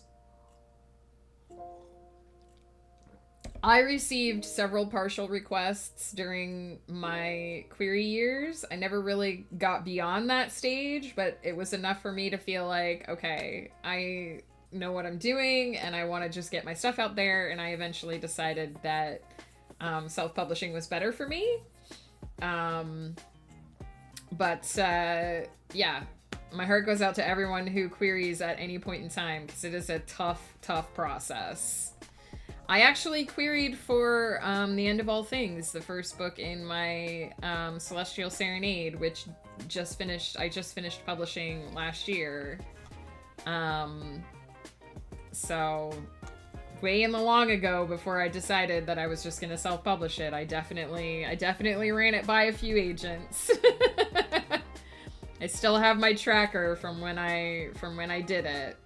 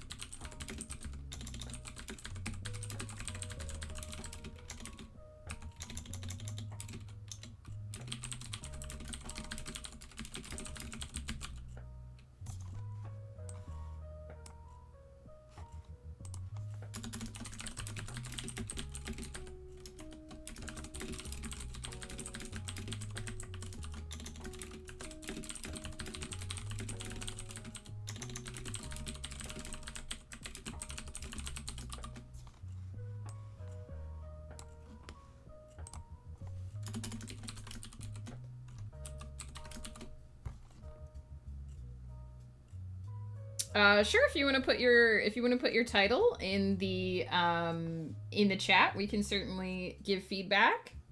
What type of book are you writing? That's important to know as well. The genre and the title go hand in hand. Sorry if I'm sounding really choppy in my responses. It's just because my brain is focused on what I'm writing, and so probably sound like I'm only half here.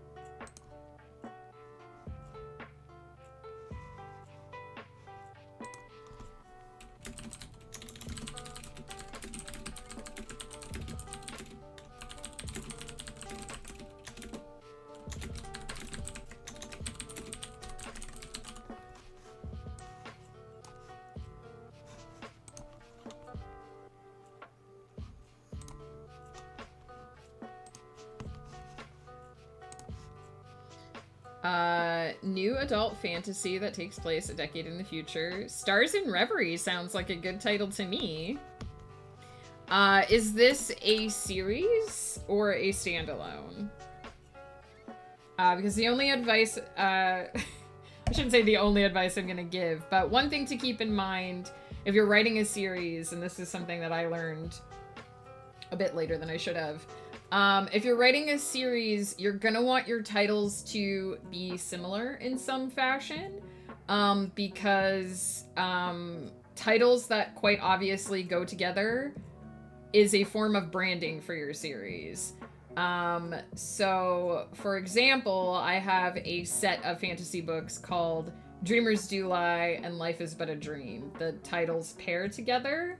And I've tried to start doing this for all of my novels. So for my Eternity's Empire project, all of the titles are very similar. So it's The Light of Eternity, The Soul of the Earth.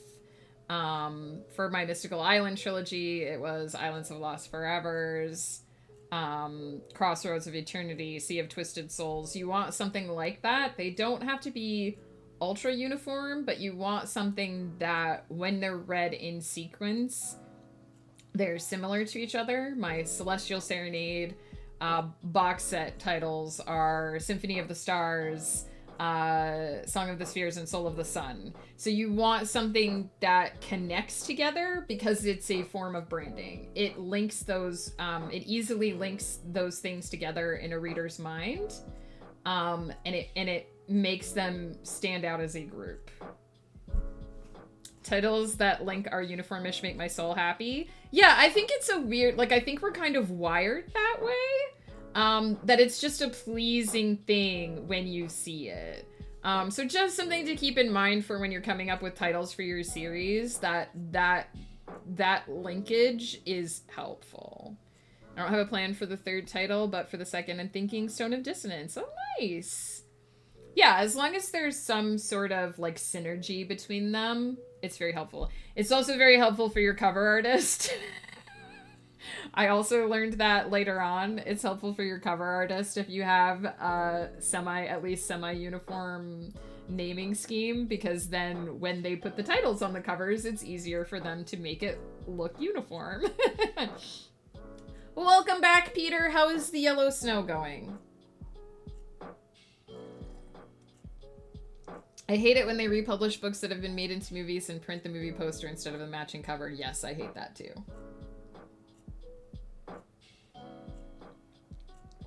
I also am in that boat with you, Peter.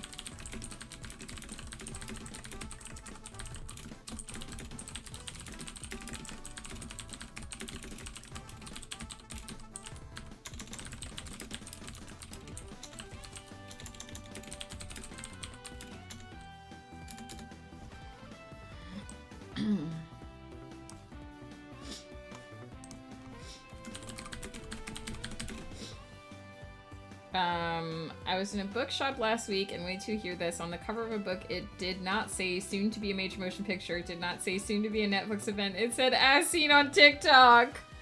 No! Why is this our society?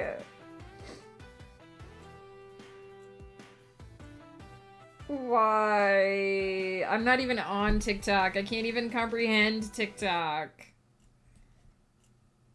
Oh no. That makes me so sad, Peter. Maybe I'll just let the yellow snow have me.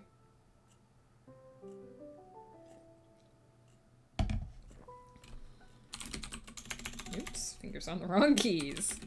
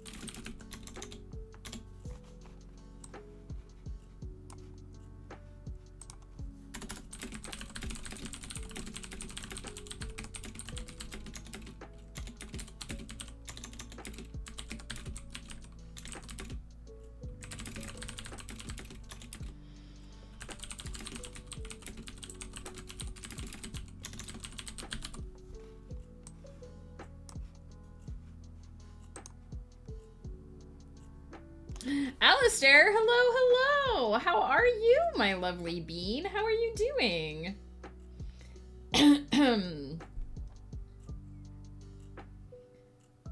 Since then, the Aussie marketing teams have gone ham with TikTok. I would love to hire someone to do my TikTok marketing because I can't even go on TikTok.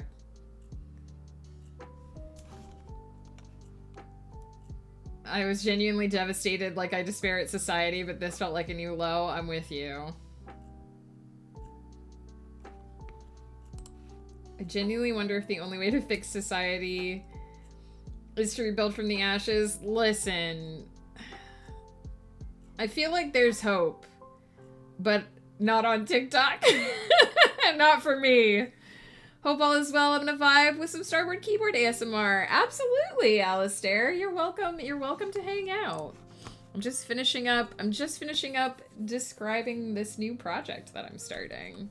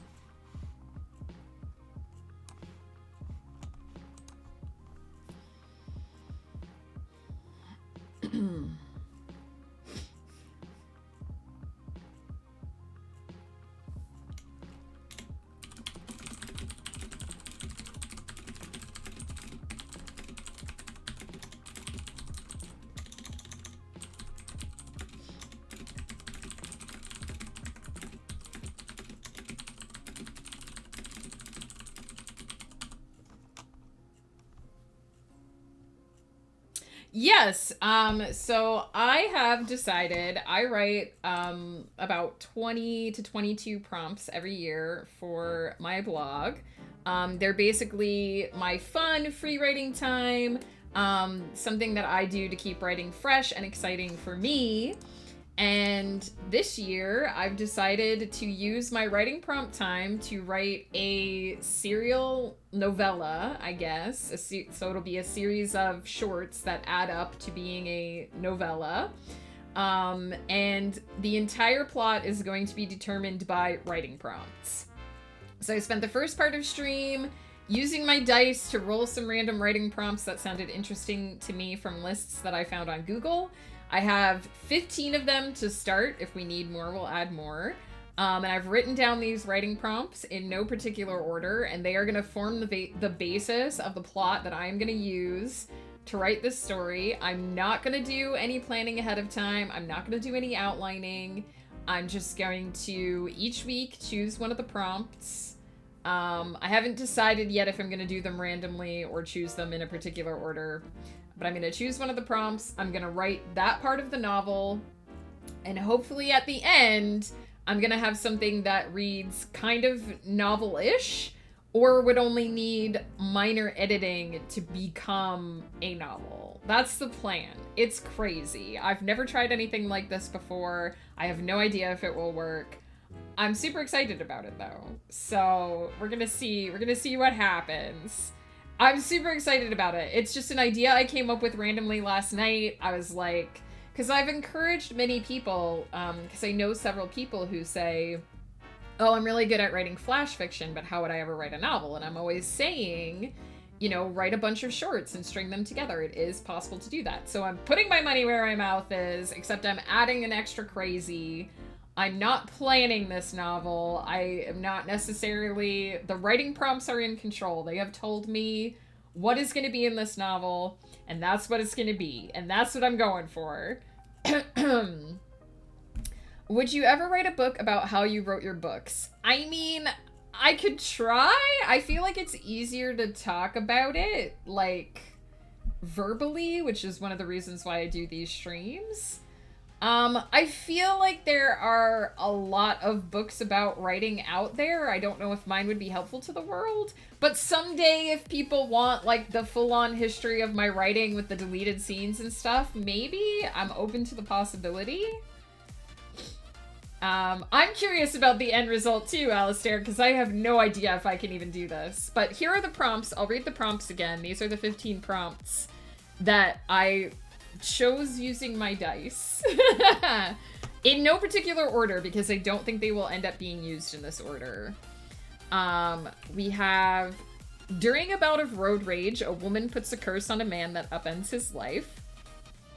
One character is actually a mystical creature living a normal human life for a short period. A man gets lost in a virtual reality sim and can no longer tell what is real. High school sweethearts reunite. A character hears their future via a fortune teller. If I knew then what I knew now, that one's gonna be really hard. She tried to forget him, but never could. A man asks his twin to fill in for him for a relationship he's gotten tired of. The lives of two people are changed forever when they meet and engage in a weekend-long love affair, possibly curse-related. One aspect of every dream a character has comes true the next day. Character is the only one who can read the lost language and therefore the only person who can decipher the scroll. A family on a hike stumbles upon a group of witches in the middle of casting a spell. She has been walking for hours. Her feet are bleeding, but she can't stop. She can't let him find her again. And then using only dialogue reveal a long hidden secret, and using only dialogue show two characters having their first date. These are the prompts. I have to make a novel out of these prompts. Rune Wolf. I have a question for everyone. What would a story be about if the title was called In the Valley of Shadows Flame? That would be... I would think it would be a fantasy story. Personally, that would scream fantasy to me. Or possibly Volcano? I'm really excited about these prompts. I very specifically, when I rolled them, if I rolled a prompt that sounded uninteresting to me, I didn't include it. Desiree, hello! Thank you for the raid! Oh my goodness! Let me see if I remember how Twitch works. I do! Heck yeah! Welcome, raiders! How was your raid, Desiree? We're just talking about the crazy fun project I came up with for the year. Queen Mischief, hello. Coffee Girl, hello. Who else have we got here? The Writers Troop, hello. Heck yeah, welcome in, everybody. Is the valley called Shadow's Flame? Ooh, that's an interesting question. I like to think Shadow Peace Fire. It made me think of a volcano. Got a lot of writing stuff done. Nice. Can't stay, but hope you have a marvelous stream. Queen Mischief, I hope you have a fabulous day. And I'll see you around. Can't spell? Hey, no worries. I have had... I actually had to go back and edit my going live message today because I used the wrong here. It happens to the best of us. We writers use all of our brains on the writing stuff. So when we have to write outside of writing, we're just like, I don't know what are words. That's my excuse anyway. Also, I hadn't had coffee yet. I hope I changed it before anyone noticed, but it's whatever you want it to be. It's just a fun title that popped into my head, and I wanted to see what each of you would come up with. I think it's a cool title. I hope you do something with it, Rune Wolf. Gonna have to spend lots of time cleaning up my story Bible, and that includes dumping a bunch of old material. That happens. I go back through my outlines in between drafts a lot. It's that kind of day. I feel you, Queen Mischief. I hope that whatever time of day it is for you, you get to relax sometime in the near future and just chill. Gonna lurk while I get some Chipotle. Enjoy your Chipotle. Thank you so much for the raid. And thank you for hanging out. Shadow is a man with a urinary tract infection. When he pees, it's Shadow's fire. Peter, I love you. Only you could come up with something like that. It just got super cold. Oh no, Janine, how cold is it where you are? With our wind chill right now, it's minus 18 here. And still snowing.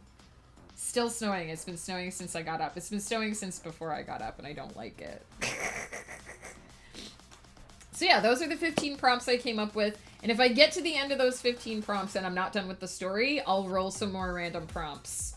And we'll just keep it going. Minus 18C. For us, yeah, minus 18. I would take 18C. I would take positive 18C over negative 18C. It was last week when I had to go to the blood clinic. I actually was supposed to go this week, but I went last week because I wanted Ghost Pepper to drive me because it was minus 22. And I was like, if it's still minus 22 on Tuesday and I need to walk home in it, no thank you. This is unusually cold for us. 14C, which is cold for this time of year. That makes sense. Yeah. Because 14C is like jacket weather. That's pretty chilly. We don't have snow here, but we're cold. It's supposed to get down to 18 Fahrenheit tonight. That's pretty cold. That's pretty cold for Atlanta. Dang. One of the few places where it's not freezing, even about 2 to 3 hours north of us, it's cold. Hold on to that warmth for as long as you can, because it sounds like the cold is coming for you. That's right. Like, it's the opposite time of the year for you, Tal. we are deep in winter, and it started out as a very mild winter. Like there was no snow in Canada over Christmas. There's snow now. Winter decided to wake up. 14 degrees here is for me starting to get uncomfortably warm. Like that is hold on ouch temperature. It's supposed to hit 5C this weekend. That is chilly. That is very chilly. -2 here at the moment, and it's so today. Serena writes, hello, hello, how's it going? Oh, -2. Anything under freezing, and I'm like, not going outside, not going outside. Our doors have been freezing shut. Like, to give you perspective on, like, how cold it's been here, our doors have been freezing shut. And it isn't abnormal for the door handles to freeze in position when it gets into like the -15, -20. But literally the base of our back door where it's touching the snow has been freezing to the snow. There was a day where I could not open the back door. I needed Ghost Pepper to come up and jerk it free of the snow. And it was afternoon. It was like mid-afternoon. So it's been cold here. A week from today, it's supposed to be 63. See, 63 is tolerable for me. That's like jacket weather. Oh, hey, Valia's here. Now we have a duck that can breathe fire. Heck yeah. Oh, and Ghost Duck is hanging out there. We rarely get freezing temps here. If it ever freezes, it's panic time. I feel ya. Yeah, how cold is cold also depends on like where you live. In most of Canada, -22 is not a huge deal, but in like on the west coast of Canada, that's not normal for us. I was talking to Flutter once about temperatures, and I don't think it's a secret that she's in the desert, and she was saying some numbers that would genuinely kill me. Oh, summer in Nevada, I would not be able to at all. No way. Nevada, Arizona, Southern California, I don't think I could summer there. I've been to Florida in the summer too, and ouch, because it's like sauna. Everyone panics here when it snows. With the panic or so, my car went sliding on its own today. Oh no, Serena, I hope you are safe and okay. People can't drive here in the snow either. I'm very worried about my husband driving home today because his school is at the top of a hill and it's been snowing all day. And it's gonna be... he's gonna have a heck of a time getting out of there. Our trash can was frozen shut. It's supposed to be garbage day today, but there's no way the garbage trucks can get on our street today. There's no way. They don't plow our street. There's no way. Rain tomorrow, and it's going down to 7C this weekend. Oh, I dream of rain and 7C. You live in Michigan. Oh yeah, I think you told me that before, Blur. Does it get really hot in Michigan in the summer? Or is it like super rainy?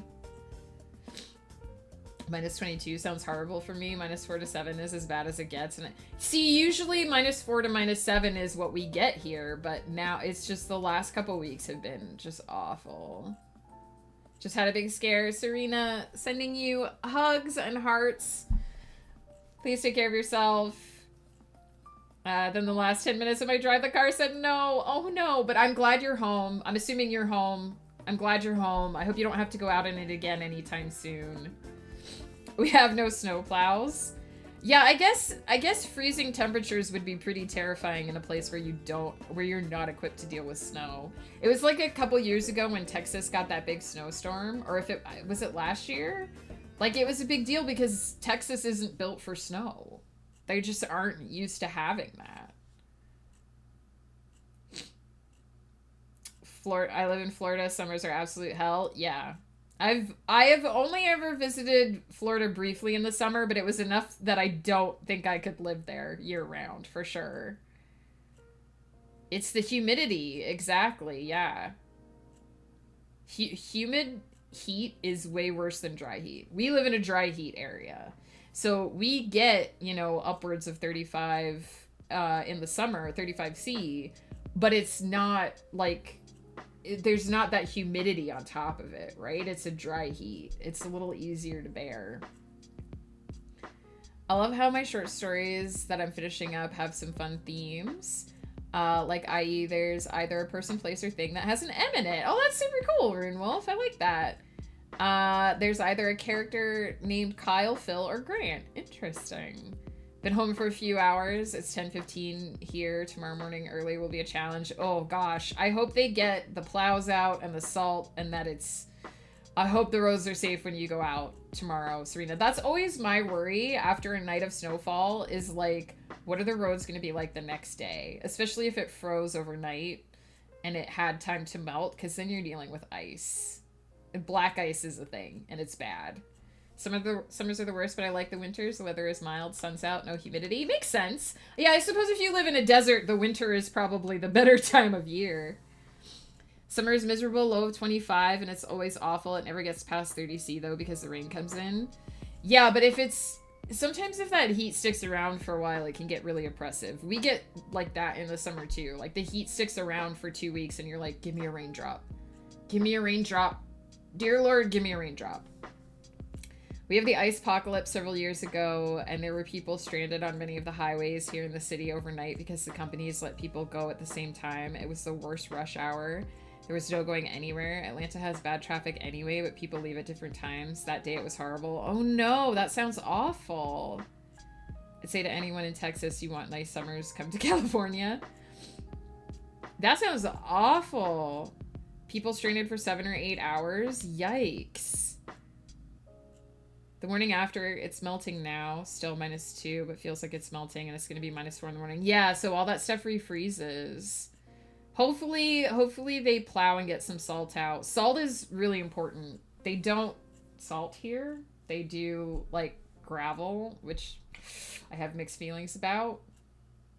I grew up in a place where it snowed a lot, so the way they deal with snow here drives me nuts. Kiki, hello. How's it going, my friend? That's why the country fair is now not summertime. That makes sense. Small towns here, that is the biggest problem. I live in an area that's very much up and down road-wise. Yeah. West Coast Canada, I don't know what they have against salt, but they use, like, gravel and stuff. The problem is, like, it gives traction, but it doesn't actually, like, salt actually melts the snow. That's... I know it's messy and it's slushy and it's gross, but it does the job. We have 5 snow days a year, but the whole country is in modus panicus. Writer's Truth, thank you for the hydrate. All right, I just got a little bit more of this blog post to type up, and then we're gonna wrap up for the day because I gotta go get some lunch.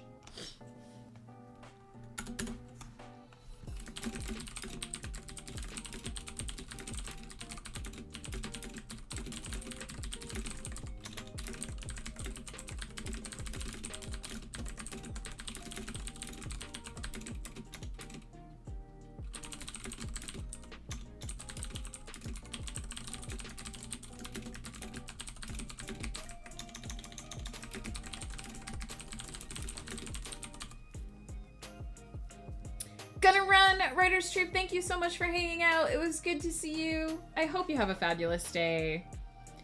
I live near the main school here, so we're one of the first ones to get salted and plowed. Yeah, we live... See, I can see the highway from my office, and that road's pretty clear. But they aren't gonna come back here and plow my road, because it's a cul-de-sac. So there's a car out front of my house that is not going anywhere. Unless somebody digs it out. Hey, Kiki, how's it going?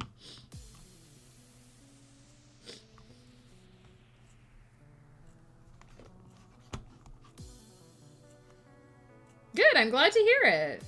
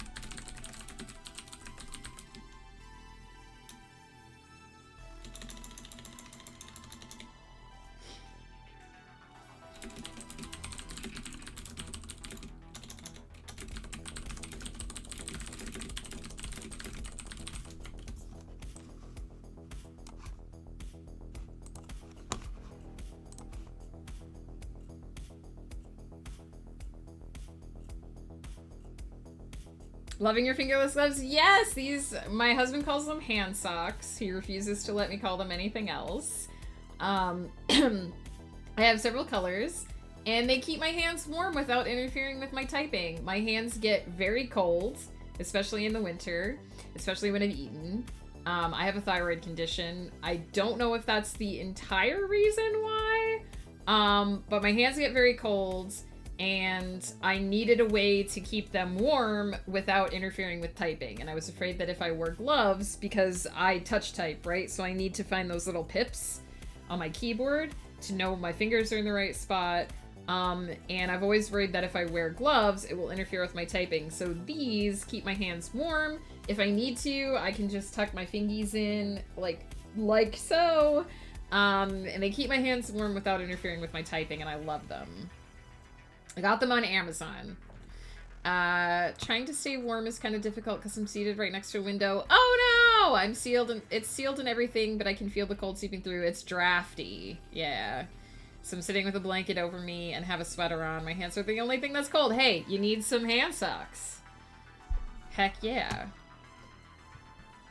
Are we having potatoes in salad form today? No, we had potatoes in salad form yesterday.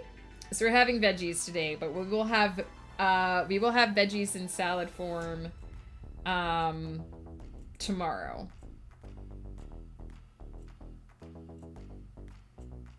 Oh, this is a text reminding me that I have a doctor's appointment on Friday with my endocrinologist. It says, you have a all caps telephone appointment, and then it gives me the address of the clinic.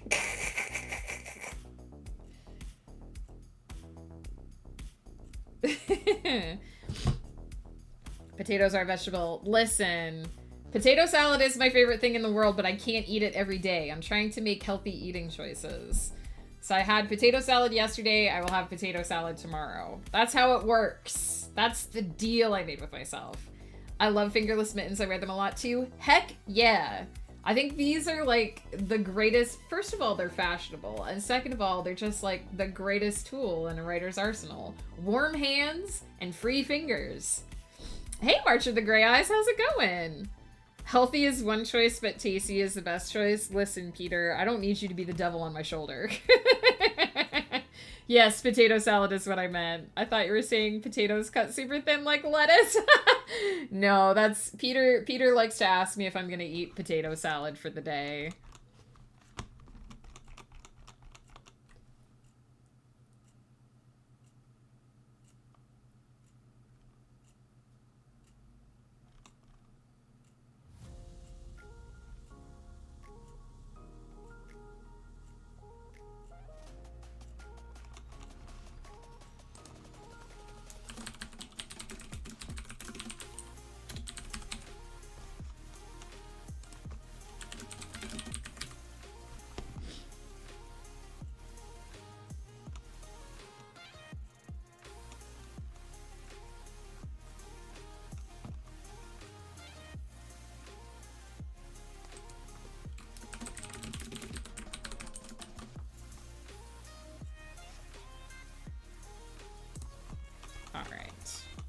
I have finished the post that I'm going to put on my blog to introduce this project. This is my writing prompt for the day.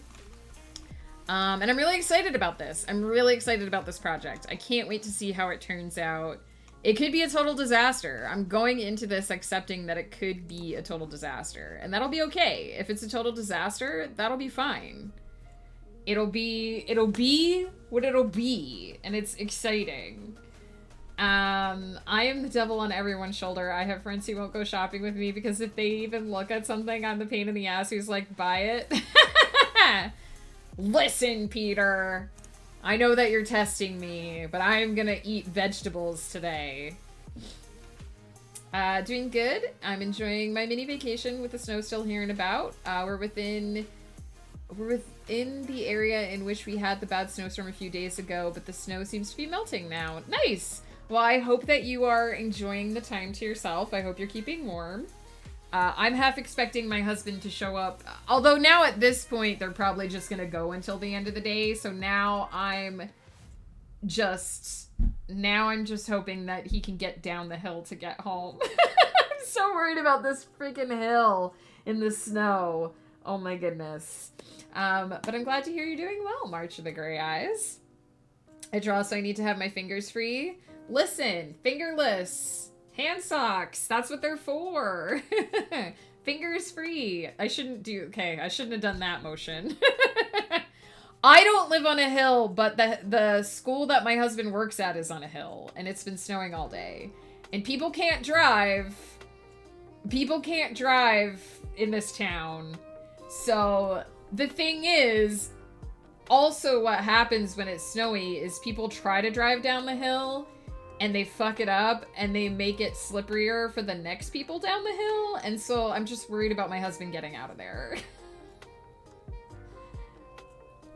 Me when I meet a man.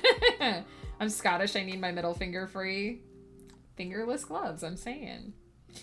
Amazon, that's why I got them, Blur. I like how you were like, you live on a hill. Are you trying to find me, March of the Gray Eyes? Are you trying to get information about where to find me? My entire state can't drive in the snow. Neither can the people of my province, to be honest. No, I'm totally not trying to find you. But tell me more about this hill. Try to be funny since my is very elevated. I get ya. I'm just teasing. Oh my goodness. So, since we are finished with the writing prompt for today, such as it is, let's see who's online. Let's see who we can raid. Let's see who's doing what. Not today, Santa. Not today.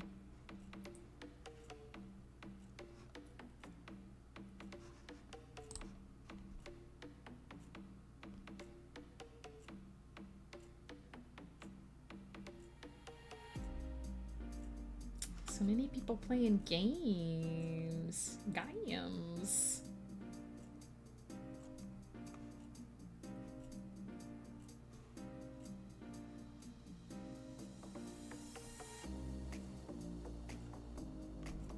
Man, I miss when I ended early enough to raid Conf. Conf's time doesn't change, but my time does. So my age of raiding Conf is over for the time being. I have to wait until the time changes again to raid Conf, and I don't want the time to change. I want it to stay the same forever. It was nice meeting you as well. Sorry I murdered your name. Yes, that reminds me. I will be back tomorrow morning. Same bat time, same bat channel. 10 a.m. PST. I've been running a little late lately. I'm still trying to get that sweet spot of the 10 o'clock start time. But 10 a.m. PST, I will be here. I will be novel writing tomorrow. We'll be working on the Aravalia Chronicles. We are getting ever closer to wrapping up that series. Oh, there's something in my eye now. Worst possible time to get something in my eye. Hazelnut, hello. I keep saying time is a scam, right? Right? Especially when the time changes. It should just stay the same. No more daylight savings time. Hate it. If you say lunchtime doubly so, I swear to whatever God is still talking to me. Listen, it's from the Hitchhiker's Guide. We should always quote the Hitchhiker's Guide.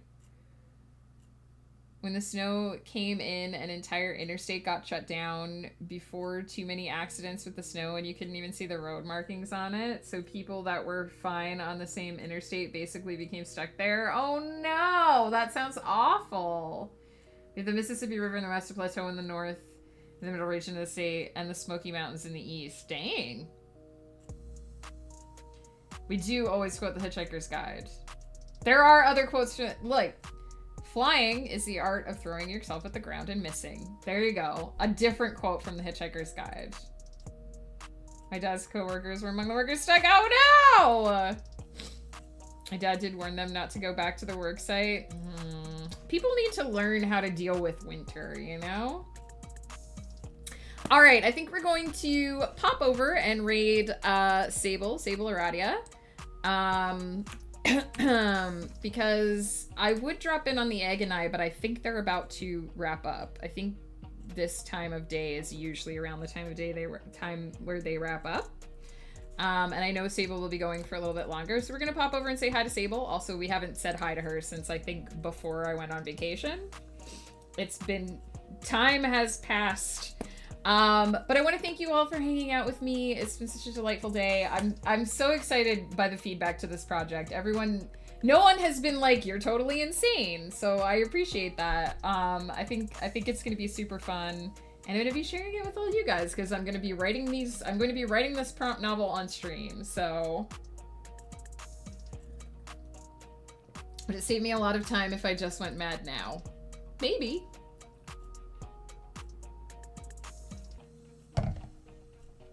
Oh, read The Hitchhiker's Guide to the Galaxy, a trilogy in 5 books. It's amazing.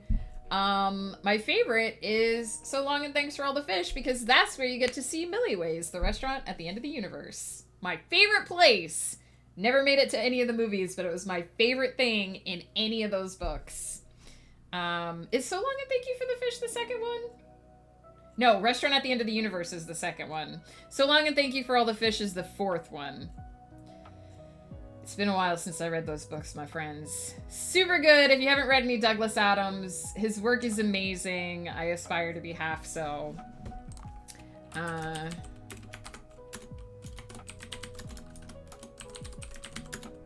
So I will be back tomorrow. If you have my emotes, please feel free to use them for the raid. If not, use whatever emotes make you happy because it's all about spreading the love. Doesn't matter how we spread it.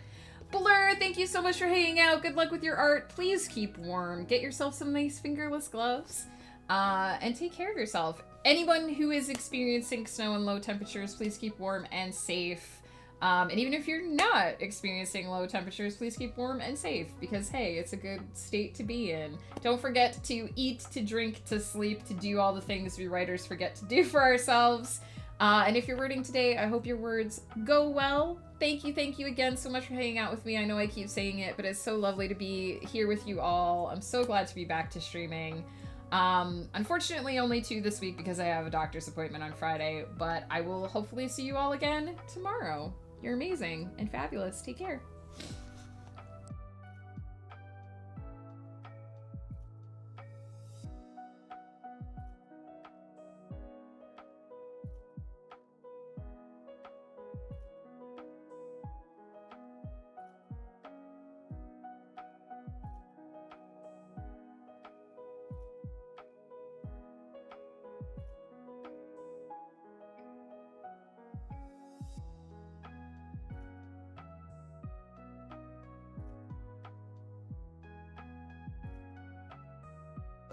I'm actually a quadriplegic.